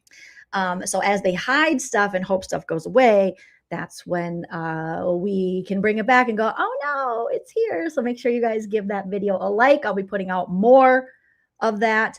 And word on the curb is that Dreadful Penny sent the field trip to Linda Daphne's attorneys. Top titty 2x4 to end the game. That was nice. I was like, get it, Dreadful Penny. Dreadful Penny just was like, yep, I did it. I was listening to her. I was like, get it, Dreadful Penny. She's like, yep, I sent it to Linda Daphne's attorneys. So Tricia and Stacy taking that victory lap they were taking during the live, saying Linda Daphne, basically, she doesn't know how any of this works because she's like around Beth B's, Janet's age, I think, and older than them, even though Tricia, sometimes Tricia wants, is like, I know things and I'm not old and blah, blah. And then when she has to like take accountability or something, then she shuffles around with a hunchback like she's old, even though she's only 68. But these women, Janet was older than her, I think at least in her 80s. I forget exactly how old Janet is. But they were, bragging that Linda Daphne doesn't know how these things work or what's going on. Well, she doesn't have to, because Dreadful Penny was like, here you go. So hopefully the lawyers will find all that they need in that to help with their case. And perpetrating fraud, which her lawyer wrote into the filings. So she's dropping all of that garbage. But if we keep going down here, I want to talk about this vacation order because it's not a thing. And I know that it's confusing, and I'm going to pull it up. Vacation. Okay. So you see here that, let me try to get the timeline. This is weird. So all of this stuff, you see all the filings and the filings that Tricia's making. And then there's, excuse me, sorry, y'all. Then we have Linda coming in, filing the death certificate, the posted notice, and the correspondence with the will. So the will then is filed and has here the date that the will is from. And so that's that 2011 date, or what Tricia likes to call the old will, despite there being no other will presented. Okay. And then the vacation letter. So this is, I think. So yeah, with this happening and them getting, it could be maybe the lawyers got the videos from Dreadful Penny and were like, do you have more stuff like this, incriminating things in videos? Hide them. So I think OLAP confirmed that these videos have not been deleted. They've been hidden, which means they can be brought back. And I've seen a lot of shady YouTubers do this through the years. They will wipe their channel like temporarily when they're in some kind of legal dispute with someone, or when they're arguing with someone, so they look like the better person, or that person can't pull their actual words and use them against them. It's always shady ass people who do that. It's never just people on the up and up who do it, unless you're trying to, take your channel in another direction or something, or, but with Tricia, it's like, come on, it could be, there's, again, lots of reasons it could be, but it could be that her lawyer's like, oh my God, watched that video and was like, why are you incriminating yourself like this? You admitted to a lot of things. This is not good. So YouTube Bad Actor says, does Ozempic cause osteoporosis? I don't know. I know that it can eat away at your muscle. So unless Tricia's doing some, weights and stuff, that can't be good. They can't be good. Because as you get older, it gets more difficult. You need to strengthen your core, all these things, allegedly. So I don't know. Decades of Darkness says if she deletes them, she would lose all the like and subscribers on those videos. She didn't. She just privated them. She did not delete them. So yeah. It just makes you look Worsers and worsers, as we say. Not good. Linda says Linda Daphne may find Tricia to actually be a debtor to the estate. Oh, like she would have to pay in? Well, I feel like Tricia should have to pay if the judge does dismiss this overall, the hearing, and it doesn't work out in Tricia's favor. I feel like Tricia should have to pay the estate back for all of these court and lawyer fees and stuff that she brought on with taking Linda Daphne to court over Beth B's estate. So hopefully that would happen. Interesting, because it's an actual vacation letter, people. So the clerk said that this was actually a scheduling thing. So this vacation letter is actually somebody saying to the court, hey, I know that we're going to start doing some hearings, but here's the dates I'm going to be out of town, literally. So if this was an actual order to vacate, it would say, and I get when Lori Hellis, again, who I really admire, and Jolene were talking about it, I can see where that came from. However, like I said, I was able to confirm with the court that it's actually just like, hey, I'm going to be gone for X, Y, and Z. So Tricia wasn't vacating as Lori and I thought. It was when Andy confirmed with the court, it was Tricia is just like, I'm going on vacation. Here's the dates I'm not available.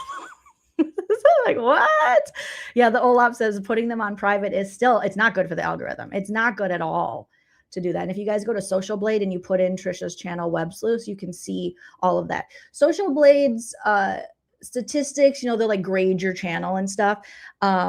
Whatever criteria they use, I'm not sure. So they are always right on point with the subscriber count and the amount of videos, because that's easy to pull from and it pulls right to Social Blade. What they're never correct on is the amount of money that people make.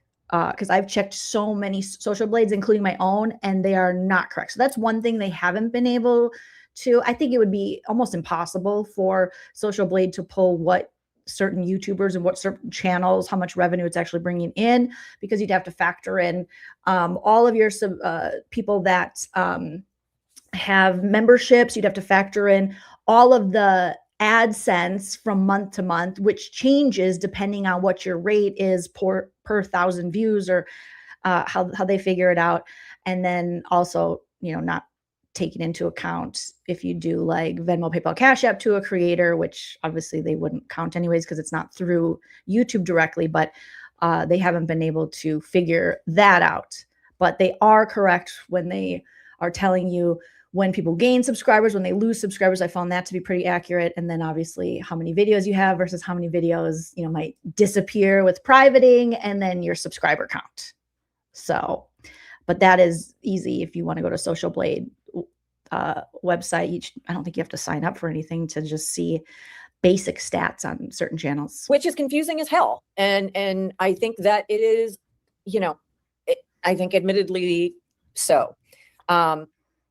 But there's nothing attached to it, right? So you see, in regards to the other documents, if this was an actual, hey, we're motion to vacate, it would say so. There would be a document. There would be something signed by the judicial officer, the judge here, that would say, we're getting rid of it. We're yeeting the entire thing. And that didn't happen.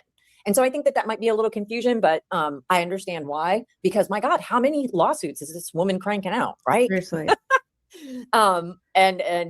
Yeah, how many lawsuits could a woodchuck chuck if a woodchuck could chuck wood? So, anywho, moving on. So what she still has though, then there's all this stuff. So this is all the stuff that we know, the distributee's consent for application. So what happened then was Linda filed the will with all of the money going to that lovely animal shelter and said, look, I've talked to the animal shelter, and this distributee, who is the recipient, that will be the recipient of Janet's estate, said, hey, we're cool with Linda being the administrator, and we're ready to receive this funding. And so that was filed with the proposed probate will and authorizing letters. So that's the stuff that is typically filed. A lawyer will file like the proposed motion, right? So that's all that is. So then we have the creditor's objection. Now this is an interesting point to show that Tricia has not gone away. If the judge had vacated Tricia's entire existence from this case, she wouldn't be allowed to file in as an objection. She would have to, from my understanding, refile as a new in a new probate open. Okay. Real quick break, because that was interesting that Lucky Rabbit says I went to Social Blade and she's not there. So I just went to double check and I found her. Let me show you what I found. Okay. And this will tell us a little more about, we'll go get back to Andy. Thank you, Andy, for all of this hard work. So let me grab Social Blade here. And I found, the first time I searched, I didn't find anything, but the second time I just put web sleuth and then it popped up. So I don't know what the frick is going on there. Okay. So let me share this with you guys. Oops. Oh my God. These ads on these sites they won't let you. Okay. There you go. All right. Let's see. Okay, here we go. So this is where you'll be like, what the freak? Tricia. Oh my God, Tricia. This is great. Okay, you guys, watch this. This is crazy. Smash that like if you haven't already, you guys. Okay. So, Social Blade. Okay, so here's Social Blade. All right. Yes. Thank you, Andy. No, I'm dumbs all the time, Lucky Rabbit. Okay. So here's Tricia's 48.8 thousand subscribers, web sleuths. Here's how many views, 142,000, which you'd be like, what? She's had a channel for how long? That's impossible with the amount of that she goes live. Because she created this channel on July 31st, 2015. Now I created my channel back in the day like this, but didn't start to do regular content until I think 2018 or something. But so it'll like grade you. I think I have a C as well. I don't know. I think they'd probably rate you by subscriber rank versus views versus who knows. At one point, I think I might have hit a B, but I've never been a channel where they were like A+, great. And it says she only has 66 videos. Do you guys see that right here? Tricia, what the frick? That's because she deleted, and she's ranked 2,513th in the entertainment rank.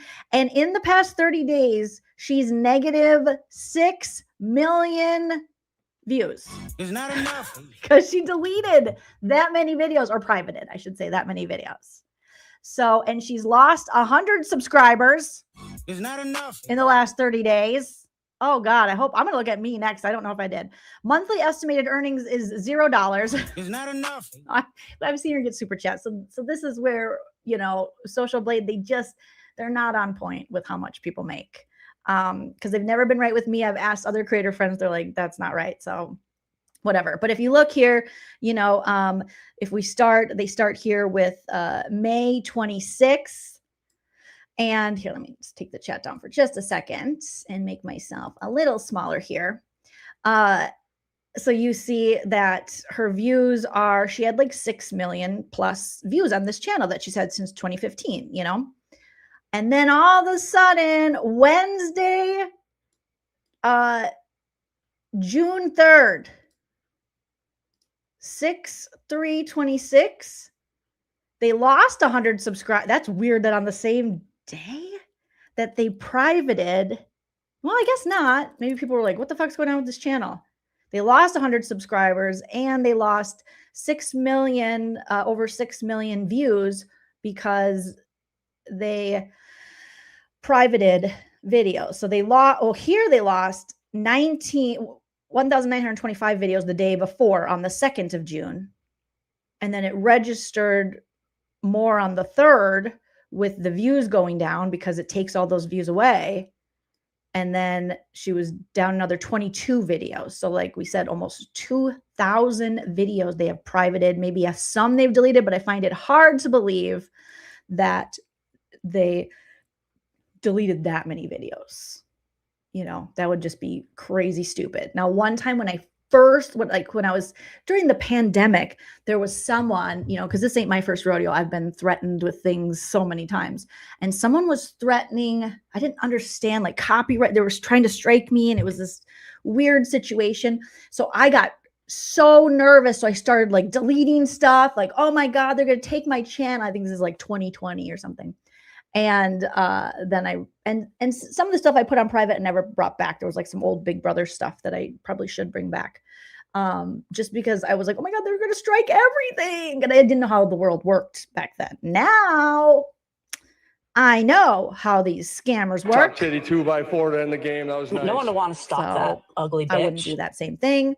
But it was nothing like 6 million views. I mean, this is the whole channel. All right. It's almost 2,000 videos. So now she's down to, what do we say? 66 videos total on a channel that's been around since 2015, which is crazy. And like Olap said, is going to sink her in the algorithm as if she's not already sunken. You're despicable. So then it gives you your daily average. So she's got average daily in the past, I think 28 days or last 14 days. Sorry. She has lost 3 subscribers a day. She's lost 199,454 views a day due to, them hiding their stuff. And she lost 64 videos a day, weekly average 278, as you can see, last 30 days. And here, or the last 14 days, she's lost 100 subscribers, 6 million plus views, and 1,939 videos. Ugh. I've been waiting for this moment all my life. It's just like, what the fuck? Wait a minute. Who are you? All that work and what did it get me? Why did I do it? So it's like, oh my goodness. Yeah, Tricia's gonna say this is hacking, even though it's on Social Blade. Let's search Joleen and see if anything comes up. There I is.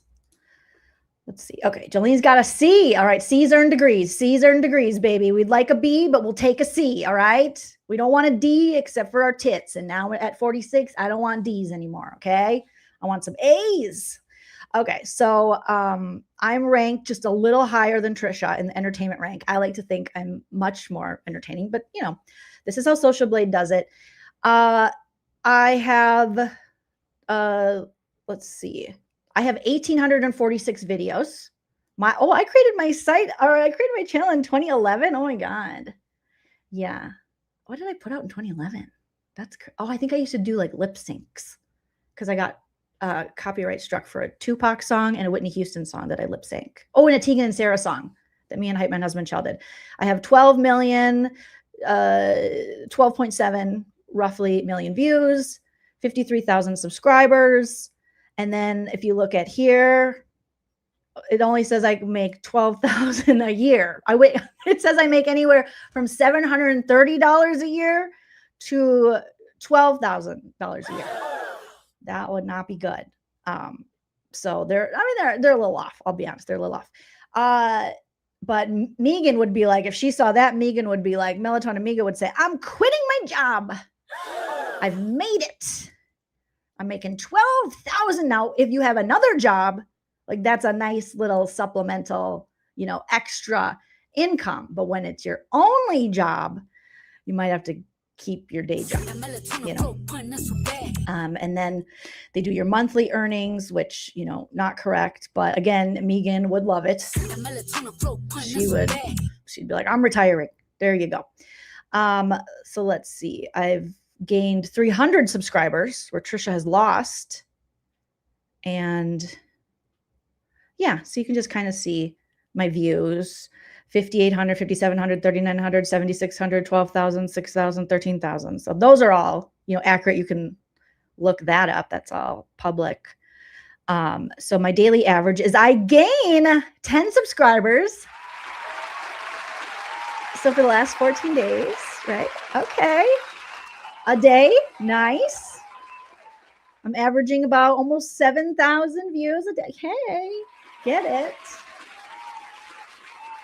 2+ videos a day. Oh, someone's working hard. Okay. And then it says I'm making $2 to $28 Let's get back to Brad Pitt. a day, which, great for Megan. Weekly average, they got your weekly average. And then the last 30 days, I've had 208,000 views, almost 209. I've gotten 300 subscribers. Thank you, Brad Pitt. and 47 videos I've done. Damn, I need to slow down. No, I don't. And I've made anywhere from $52 to $836, which is making Megan jizz seeing that, allegedly. Okay. So there you go. There you go. So not good that Tricia just doesn't look good. It doesn't look good for the home team, as they say, Trishy Poo. But, you know, you don't look innocent and it just looks super sketch.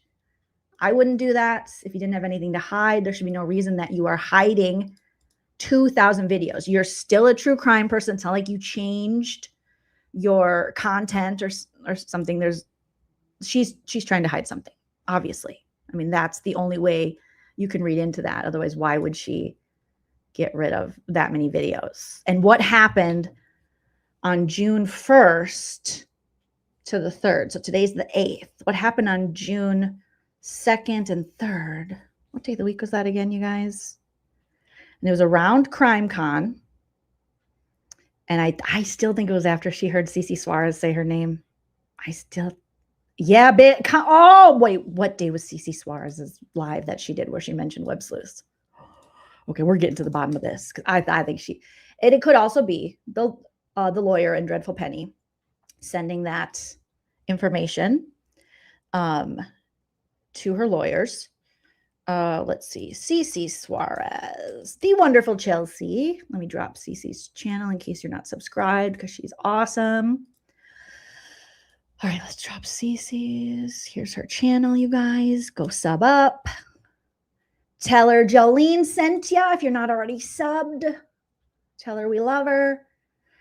And then Cece 7 days ago. So don't make me do the math on that. So it was 7. So that was on the 1st. So you guys, oh, come on. Come on. Come on, people now.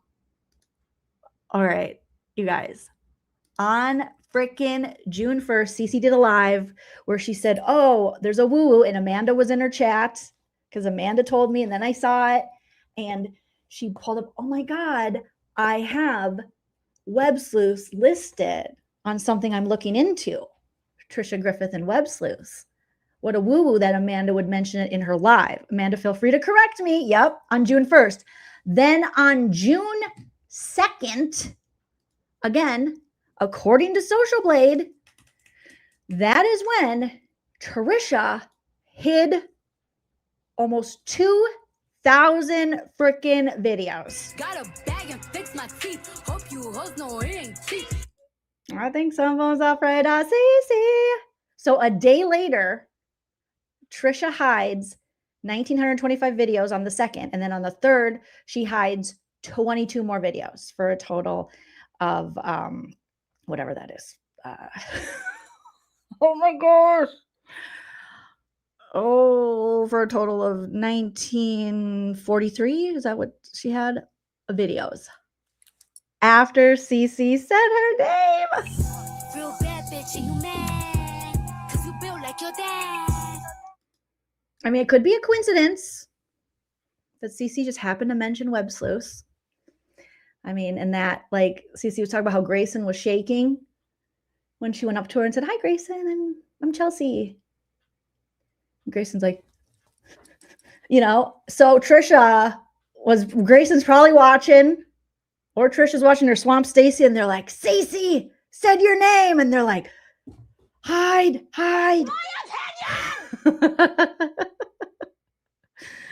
Allegedly. But, that is crazy. That time frame is crazy, and they should be afraid of Cece. Obviously, she's not a scary person. She's a smart person and a great investigator, and she brings things to light in a very easy to watch, informational, condensed way that's beautifully told through Chelsea. So, yeah, Cece taught Grayson what off the record means. She's like, abandoned ship. Subtext says, Cece said, Lauren and Grayson were circling Annie's booth like vulture. I mean, these people are crazy. They're obsessed with people like Cece, like Annie. Those are the people they want to be. Those are the kind of creators they wish they were, but they can't be because they're too corrupt, in my opinion, and they're too drama, where Annie and Cece are not. Annie and Cece are about being professional, putting out great content, being super cute while they do it. And they're really likable, something Tricia and Lauren and Grayson, they just don't have. There's like this thing, it's talked about in every kind of art form, likability. Some have it, some don't. When you don't have likability, like Lauren, and I would say Tricia had more likability before we realized it was all an act, what she was doing. But especially like Lauren, you better bring the best content. And she doesn't, you know, because they're lazy, and they're lazy and they're petty and drama. So, it's, that is, and they're very envious. That's the thing. And people like Cece, she's not. She's always talking about, you know, it being more of like a community, and you raise other people up, like everyone rises up together, like helping each other out, which is the way I like to think about it too. There are people who are very competitive. I don't get it. I come from stand-up comedy where everyone is so competitive, it's annoying. And so when I went into content creation on YouTube, I said, I don't want it to be like how people are in comedy. I want that sense of like community, collaboration, and shouting people out. That makes me feel better about life. I don't, you know, we always say the race is long, and in the end, it's only with yourself. And that's the truth. You know, comparison is the thief of joy. And I want to enjoy what I do.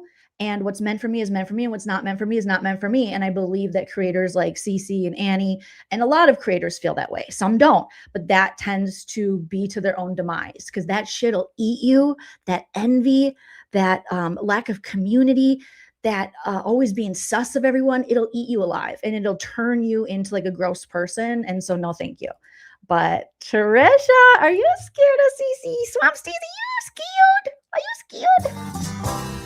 You save big money, you save big money when you shop Menards. Tina says, did Lauren or Tricia go to Cece's booth at CrimeCon? I don't know if they did.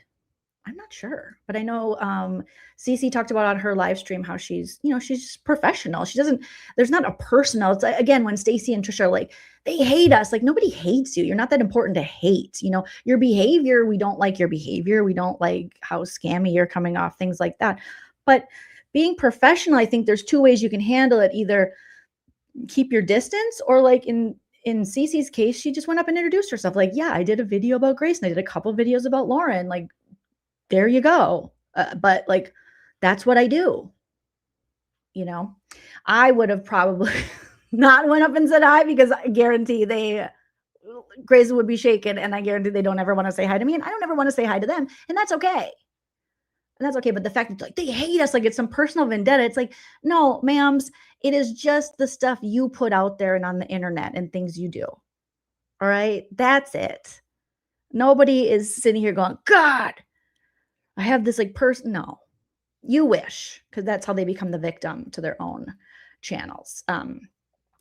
Yep. YouTube Bad Actor says using people makes you old and used. It really does. It's just a gross feeling. I don't like that feeling. So we don't do it like they do it, because they're just creepy. In a new case, a new okay, back to Andy cause, but she didn't. So because she's still hanging on, she's saying no. We aren't going to let this Linda lady get away with doing the actual work, real, right? Girl. Etc. and so on. So let me pull this mother scratcher up. Toodly ding and a bippity boop and a shoobity ding a ding a dong. While that's loading, let me see what y'all are up to. What y'all up to? That's true. Janice says, you can see in that video where John and Lauren were walking down toward Gigi's booth. Gray Bay turns off before Cece's booth was right by Gigi's. Yeah. It's like Gray Bay, like you guys are saying in the chat, she's such a badass, like SC Girl says, in her emails and emailing people like, don't say this, don't talk about this, don't talk to this person.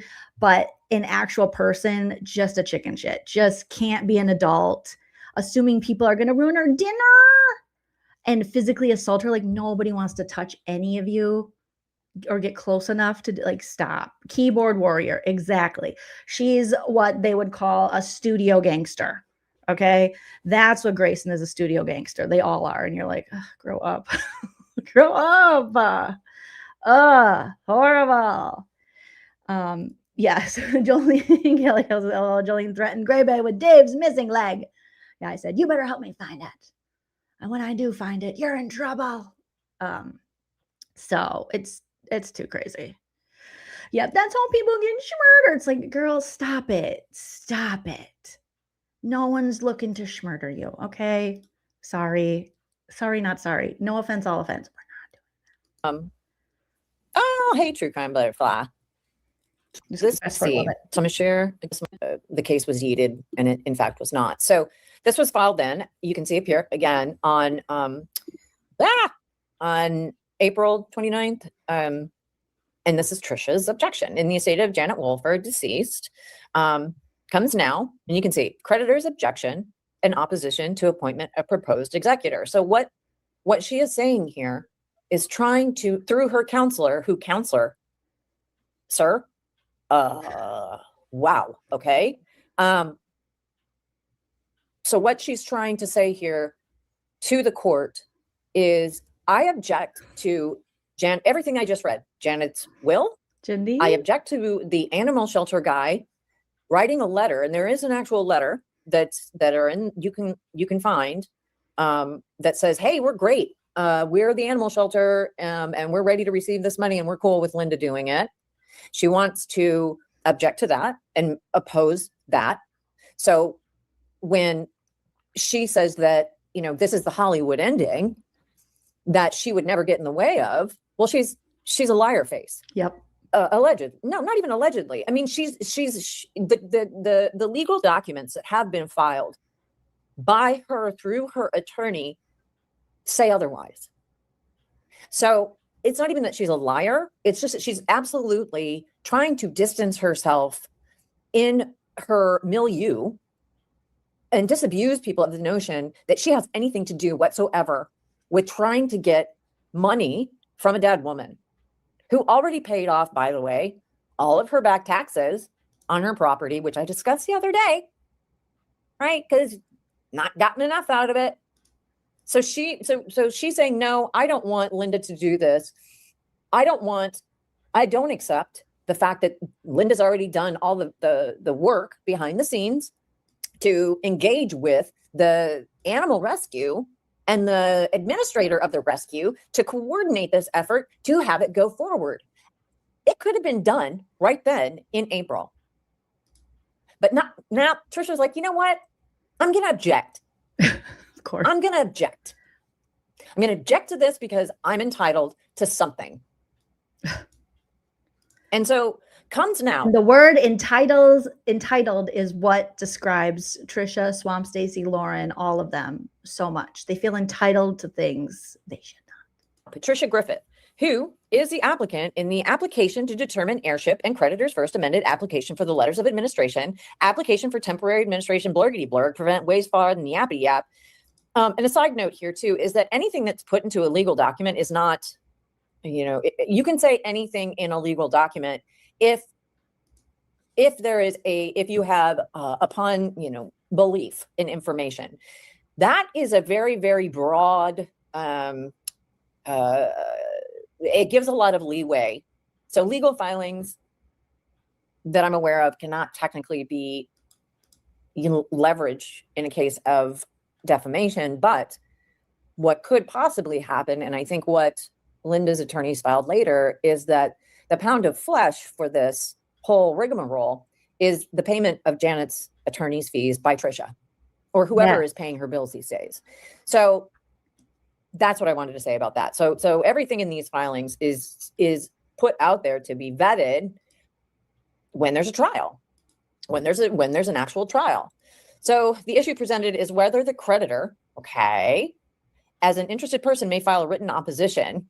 So they're making the argument that she's still a creditor. And that's significant because she still considers herself a creditor on the estate, meaning that probate is open until all debts are settled. And so I bet that Janet had all of her stuff settled. I'm sure that whatever, has been taken care of or administrated appropriately, like her last bills and all that garbage. Anything left with the hospital would have been taken care of through the estate, which we would not be privy to, or at least are pending until the assignment of the an executor to this. So what Tricia's doing though is saying, we can't move forward, and I object to all of this because I'm a creditor on this open probate. And that's what she's saying. So she, Texas law permits an interested person to file an opposition to an issue in probate proceeding to be heard in other suits. Because the creditor's opposition is grounded in a suspected fraud. You know, God, reading this again, you guys, really makes me want to peel off all of my skin.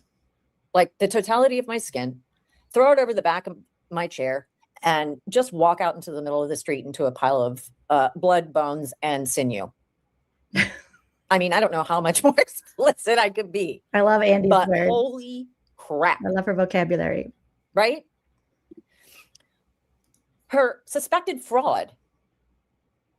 Again, and Joleen and all the people out there like Jay, Joleen, Penny, Dream Feed, allegedly, oh God, I can't remember her name, doing the work out there and exposing this. Thank you. Thank you. Because this suspected fraud is just vibes predicated on, I mean, think about it. If this were a court of law where there was, the evidence, I would be interested, and I haven't looked at this, is that what are the rules of evidence in a probate hearing? Because can you use information gathered from a phone, which Tricia said that she took and put into a Faraday bag and withheld, and Stacey? Yes, can you use evidence from a stolen phone? I think that's one of the things we were talking to Lori Hellis about. Like, can that be used? Anything that Tricia or Stacey claim, that we found it in the phone, looking through Beth B's accounts, if they got the information from obtaining a stolen phone. That's interesting. I don't know if Kelly Kell knows, or if it would just depend on the judge, but it seems like whatever information you would obtain from stolen property would be hard to then, claim as evidence, because it's like, well, you're not supposed to have that, right? But I'm not a lawyer, and Swamp Stacy says I'm an idiot, so I don't know. He said on a live stream, which they're all now gone, but live in eternity, thank you, Ola, that Tricia and Stacey put their brain powers together and came up with whatever they deemed to be suspected fraud. So how is that allowable in a court of law? I don't know, man. I haven't looked at the rules of evidence for Texas. I'm still trying to figure out the property laws in Utah. But what do I know? Thank you, Quinn. Let's see. Creditor's opposition is grounded in suspected fraud. Court should exercise its appointment stage authority and deny appointment, disqualify unsuitability grounds, or alternatively, ensure that statutory remedies are available to protect creditors. Oh my God. This makes me real mad.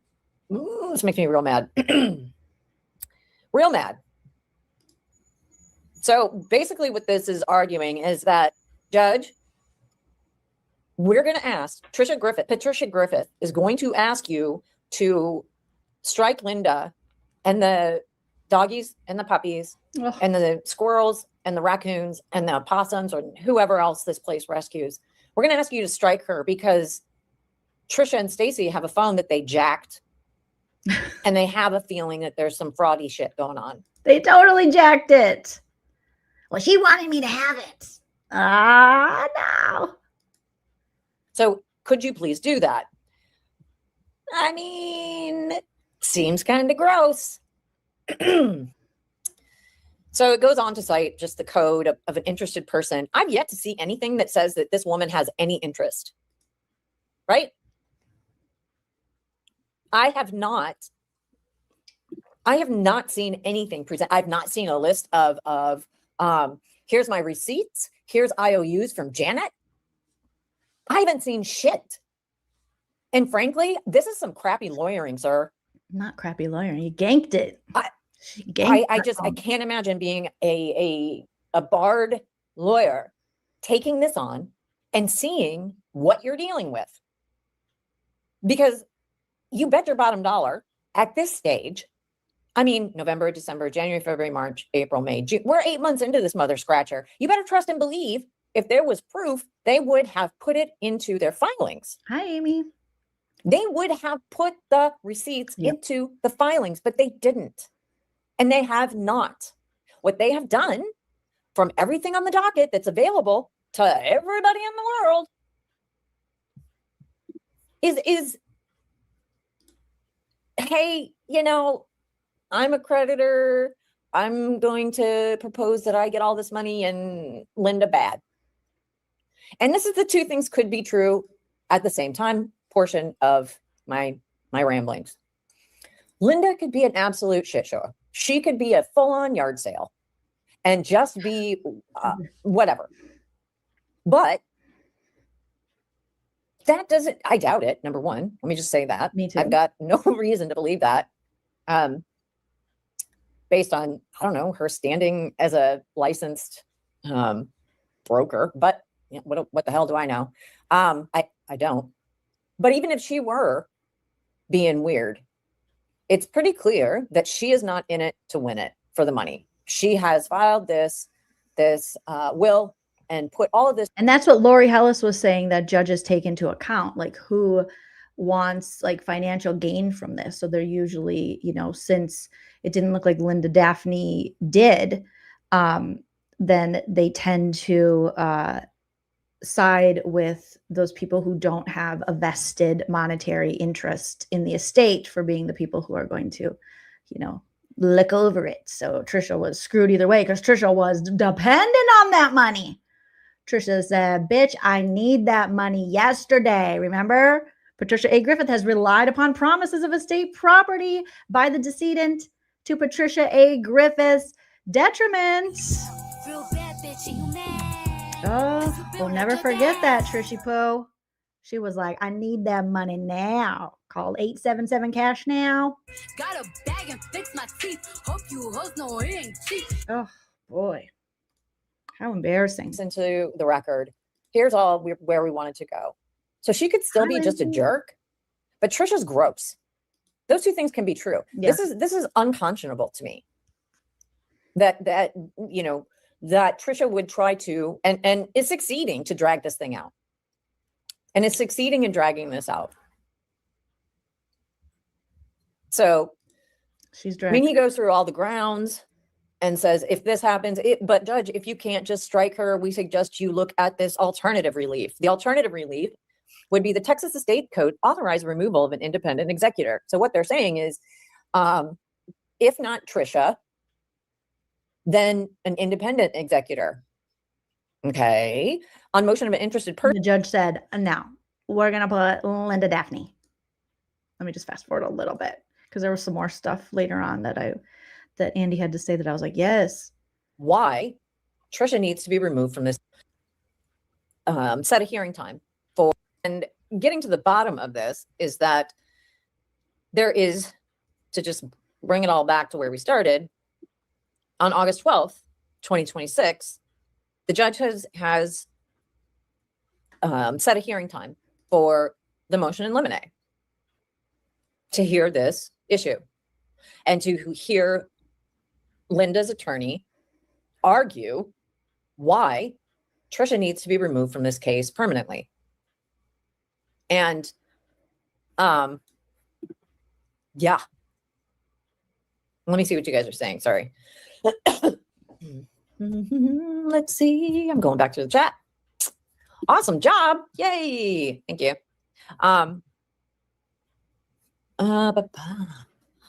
Lying liar face. I mean, in my opinion, right? It's like, good Lord, coming in hot and gross. But I think the big thing is that this is not over. Now, what do I think is going to happen? Well, I think that they're going to dismiss this, that they're going to, no, I'm sorry, that's not the right word. I think that Tricia, who may not even notice it or may not even know it yet, that there's been a hearing set, but certainly her lawyer was notified when this was put on the docket. So she probably knows by now. If not, hey, guess what, Trish, you got a court date. Guess what? Or rather, Linda does. Surprise.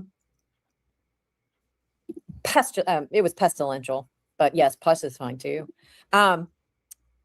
So I would think, I don't know, man, spitballing, but I would think that Tricia's lawyer would be like, I don't know, man, do you really want to pay me more to go in and have to face up to what Linda has brought forward in her motion in limine, which is scathing, and to me, appropriately so.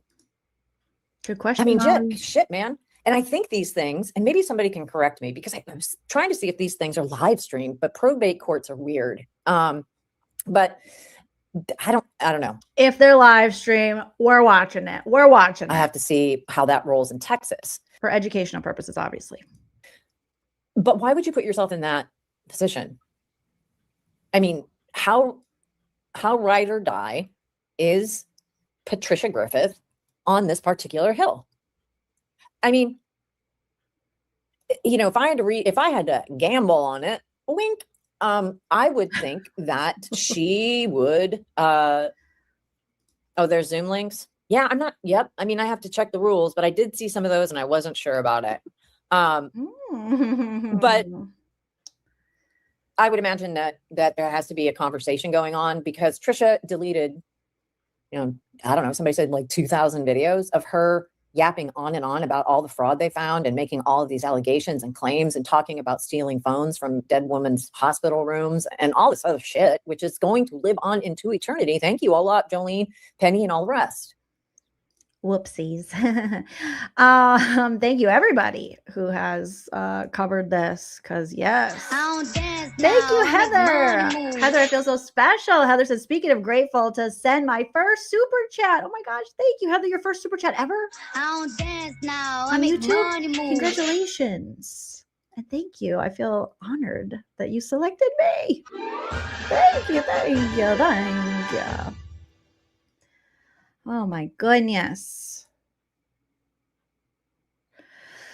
Yeah, we don't know who's paying Tricia's legal fees. We don't know if, like, you know, getting in bed with Spit and Spooge gave her, you know, some money that, you know, she might have used, or if she's, you know, grifting more behind the scenes now for it. I don't know. I mean, it looks bad. Even if it's all above board, it's all bad.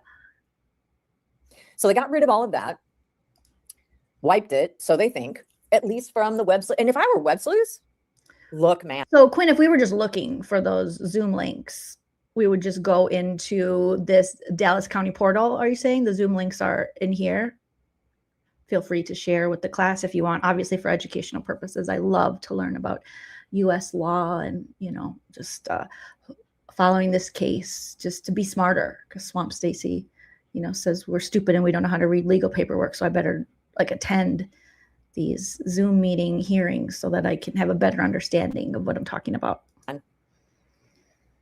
If I were websleuths, I would cut this lady loose for civics class in a heartbeat, because Othram owns websleuths, owns Total Tree Call, and is trying to take over the world with their Spit and Spooge.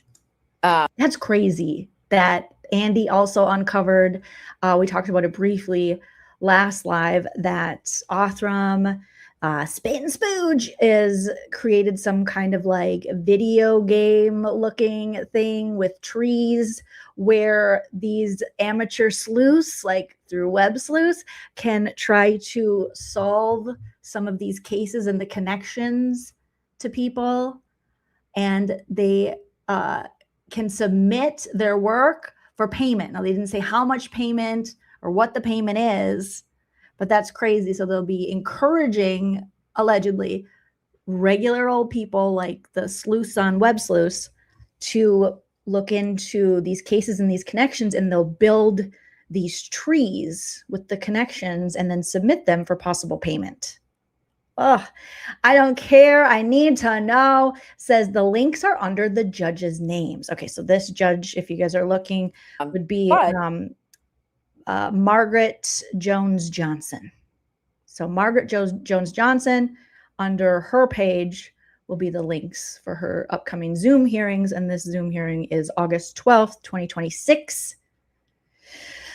So, all right. Thank you, Subtext, as I signed up so we can find out. Thank you. Thank you. Appreciate that. I appreciate you guys looking into stuff and doing all this work. And we just keep each other, you know, abreast of the things. Subtext says most Dallas court streams by default, whether it's probate or immigration or civil, not criminal. Criminal though, those are hit or miss. So are you saying those? Okay, so those will probably be on the judge's page, allegedly. All right. Yeah, HMS Gen X lady says their followers already think they're doing good undercover surveillance at CrimeCon. Could be scary to unleash them on genetic stuff. I think it's totally scary to unleash these people on genetic stuff. I would prefer people who know what they're doing, you know, and it's just a way for Spit and Spooge to get basically free labor, because how many people are they going to deny to pay? Or they didn't even saying what the payment is. People could do all this work and maybe some of it would be good work. And then we're going to pay them pennies on the dollar, you know, and how much bad information are they going to get? It just seems like so many issues could arise. Liz says, we are talking about someone that plays Simon Says with a friend that is in the ICU. That's true. Make a noise if you're Simon Says, make a noise if you're thirsty. Make a noise if you're not thirsty. Oh, Simon didn't say. Oh, it was a mess. And Liz made a really good comment on the video I just posted saying, oh, so what did you say, Liz? I was like, fuck yeah, Liz. It makes so much sense. But just the way she phrased it, I was like, hell yeah. Hell yeah, Lizzie. Okay, hold on. Let me grab it here. Where's my Liz? Where's my Liz here? Okay, she did the make a noise if you're thirsty, which that was very true as well. And then, let me see. Newest Lizzie, come out, wherever you are. Oh, stupid. I'm going to have to look at the actual video because it's not showing me. I'm going to have to open it up and look. Smash that like, you guys, if you haven't already. I don't even think we're at 400 likes yet, so please hit that like. All right.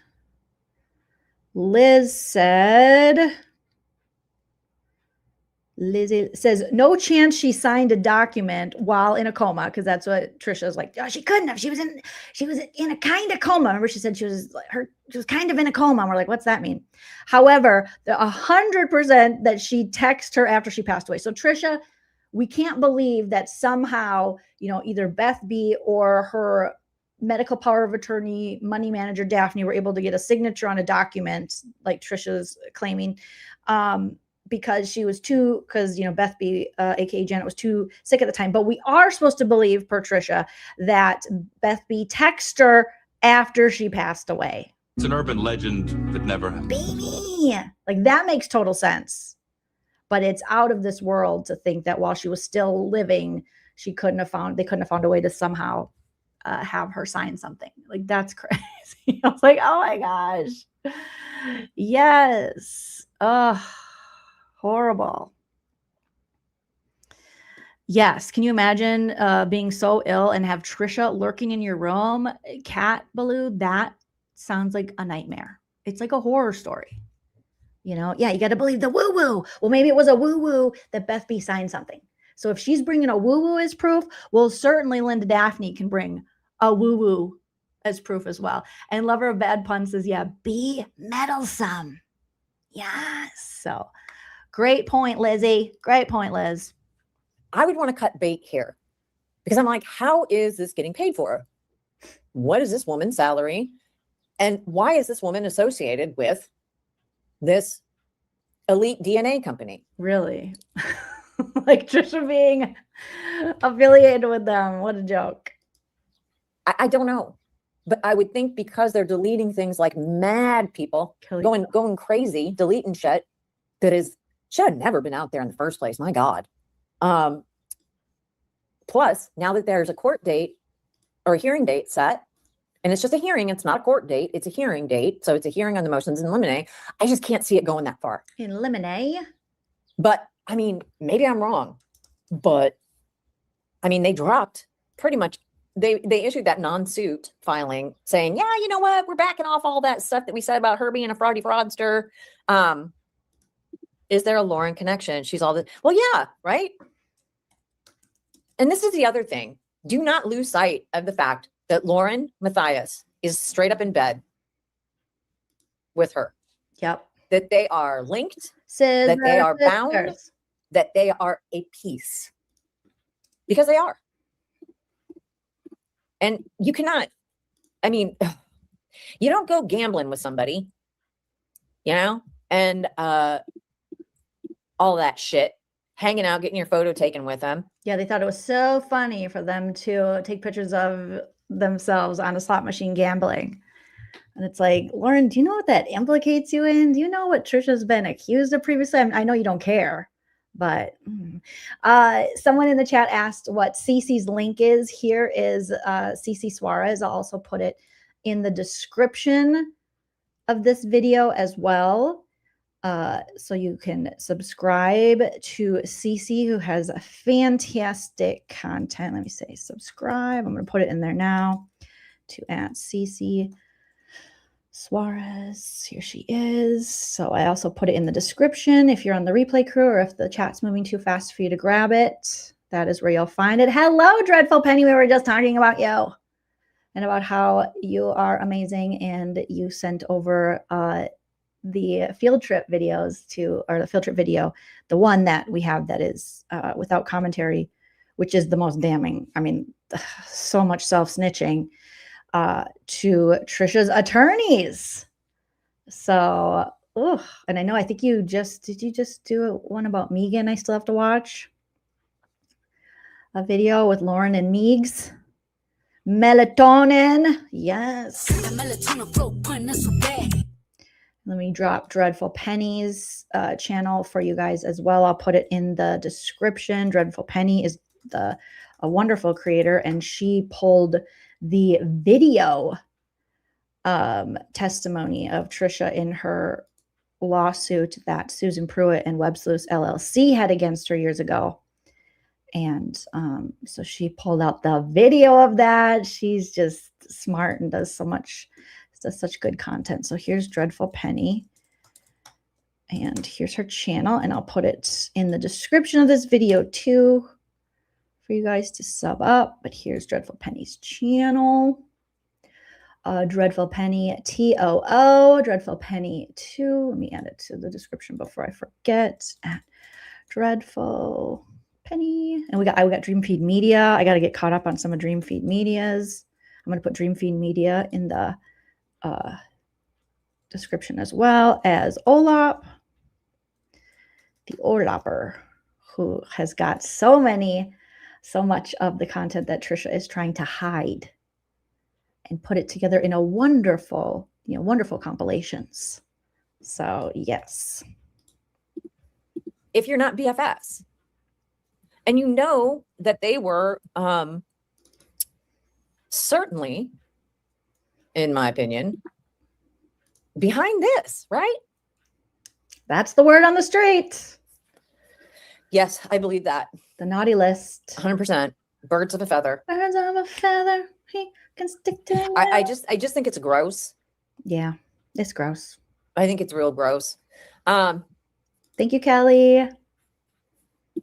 Wiping her ancient teapot. Hi. Wiping her video history is not a good look. No, it's not. I mean, and so many, but whatever. The thing is that the court has this in hand, and that this is, this is not going to age well. And I can't believe that it's going to get to the hearing phase of the motion in limine hearing, which is again in August 12th.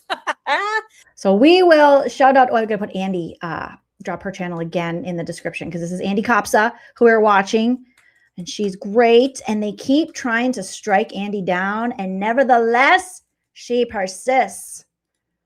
All right. They keep trying to hate on Andy, accuse her. You see what Andy does there, and they keep trying to accuse her of bullying and harassment.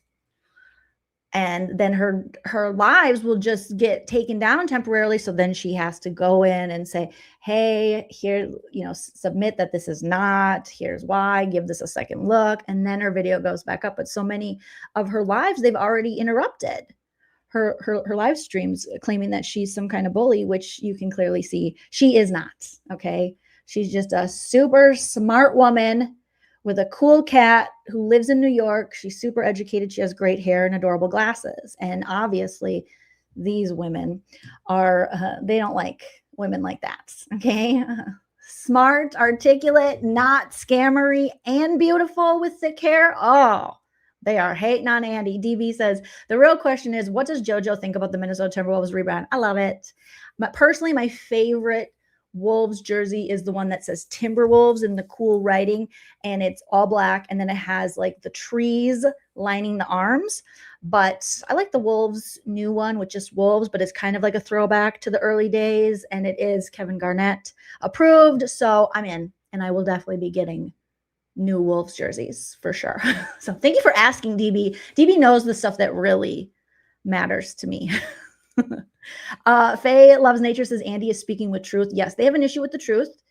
And I think they can strike Andy because she is a smaller channel compared to them. I mean, I'm a smaller channel compared to Lauren, and then me and Tricia are about the same. I have a little more than Tricia, which is great, but also like, really, I only have a little more than Tricia, but thus is life.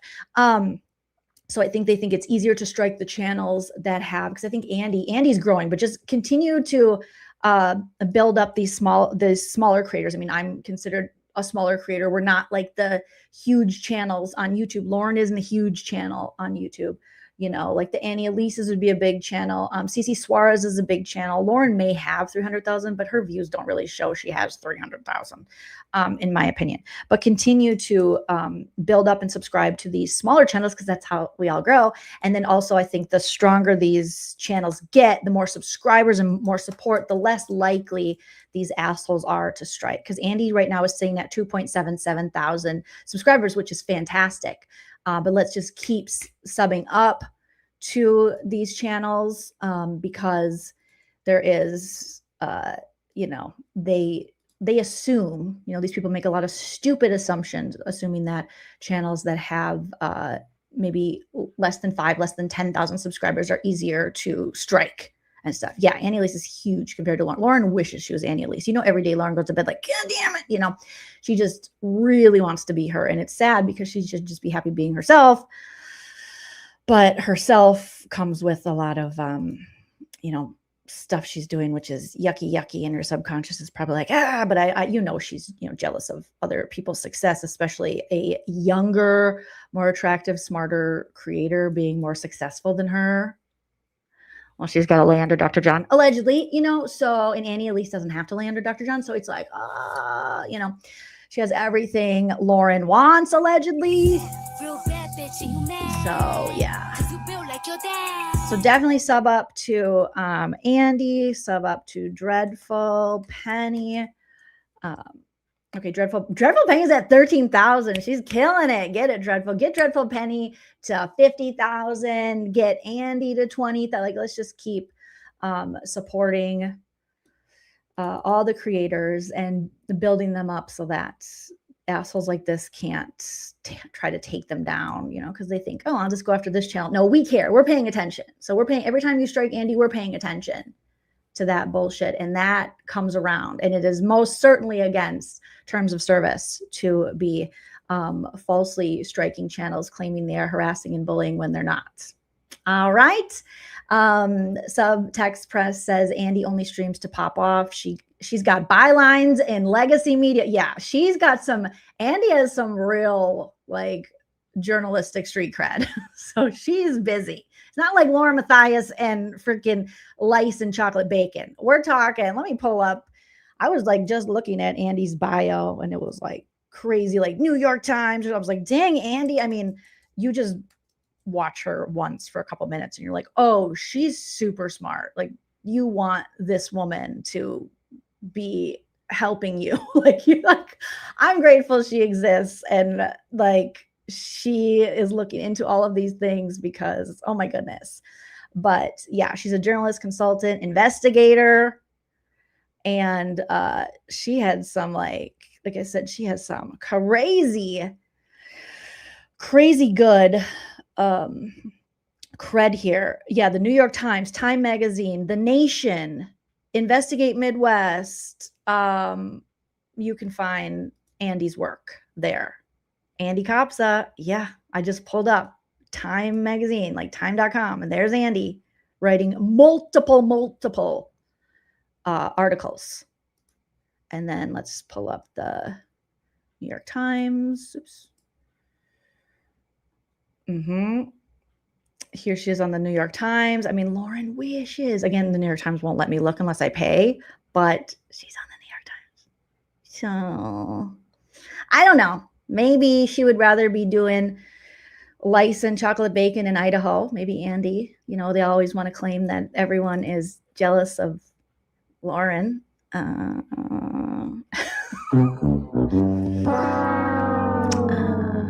don't think so. I don't think so. But maybe she wishes she wasn't like a New York Times published writer or a Time Magazine published writer, and she could do chocolate bacon and bad psychological assessments on YouTube with her husband, who they clearly hate each other. Let's get back to Brad Pitt. Allegedly. I don't know. So yeah, it's like, God, they think they can, and to fuck with Andy, you're fucking with the wrong one. Like, she's a true investigative journalist. Not like, I could have been on CNN with my friend. What's her friend? Susan Hendricks. But I was going to go to Milwaukee. I was going to be on CNN. And then John had to come over with his, Princeton degree. And I thought I made it. I thought I was going to be a kept woman. And now he just keeps himself under the bed. It's horrible. He's hiding all the time. I can't. I really thought we were going to be somewhere that I would. And now it's like, no, now you got to get people to watch your YouTube channel. And that's not going that well. But okay. But God bless. God bless. God bless. Okay, you guys. That will do it for me today. I'm trying to see who's live that we can go over to. Let me look here. Thank you guys. Smash that like on your way out. You're all wonderful, beautiful pumpkin spice babies. I appreciate each and every one of you for being here today and for contributing to the chat. And if you're on the replay crew, don't forget to put replay crew and put your disco ball emoji in the comment section so I know. Okay, we will go over to Dolly and Hella. They're talking about the Mormons and the Legos. So if you guys are interested in that, it'll automatically redirect you when you get into Hella's live. Say Jolene Raid. Thank you guys so much. And until next time, always remember to enjoy yourself. It's later than you think. Bye. If you like what you see.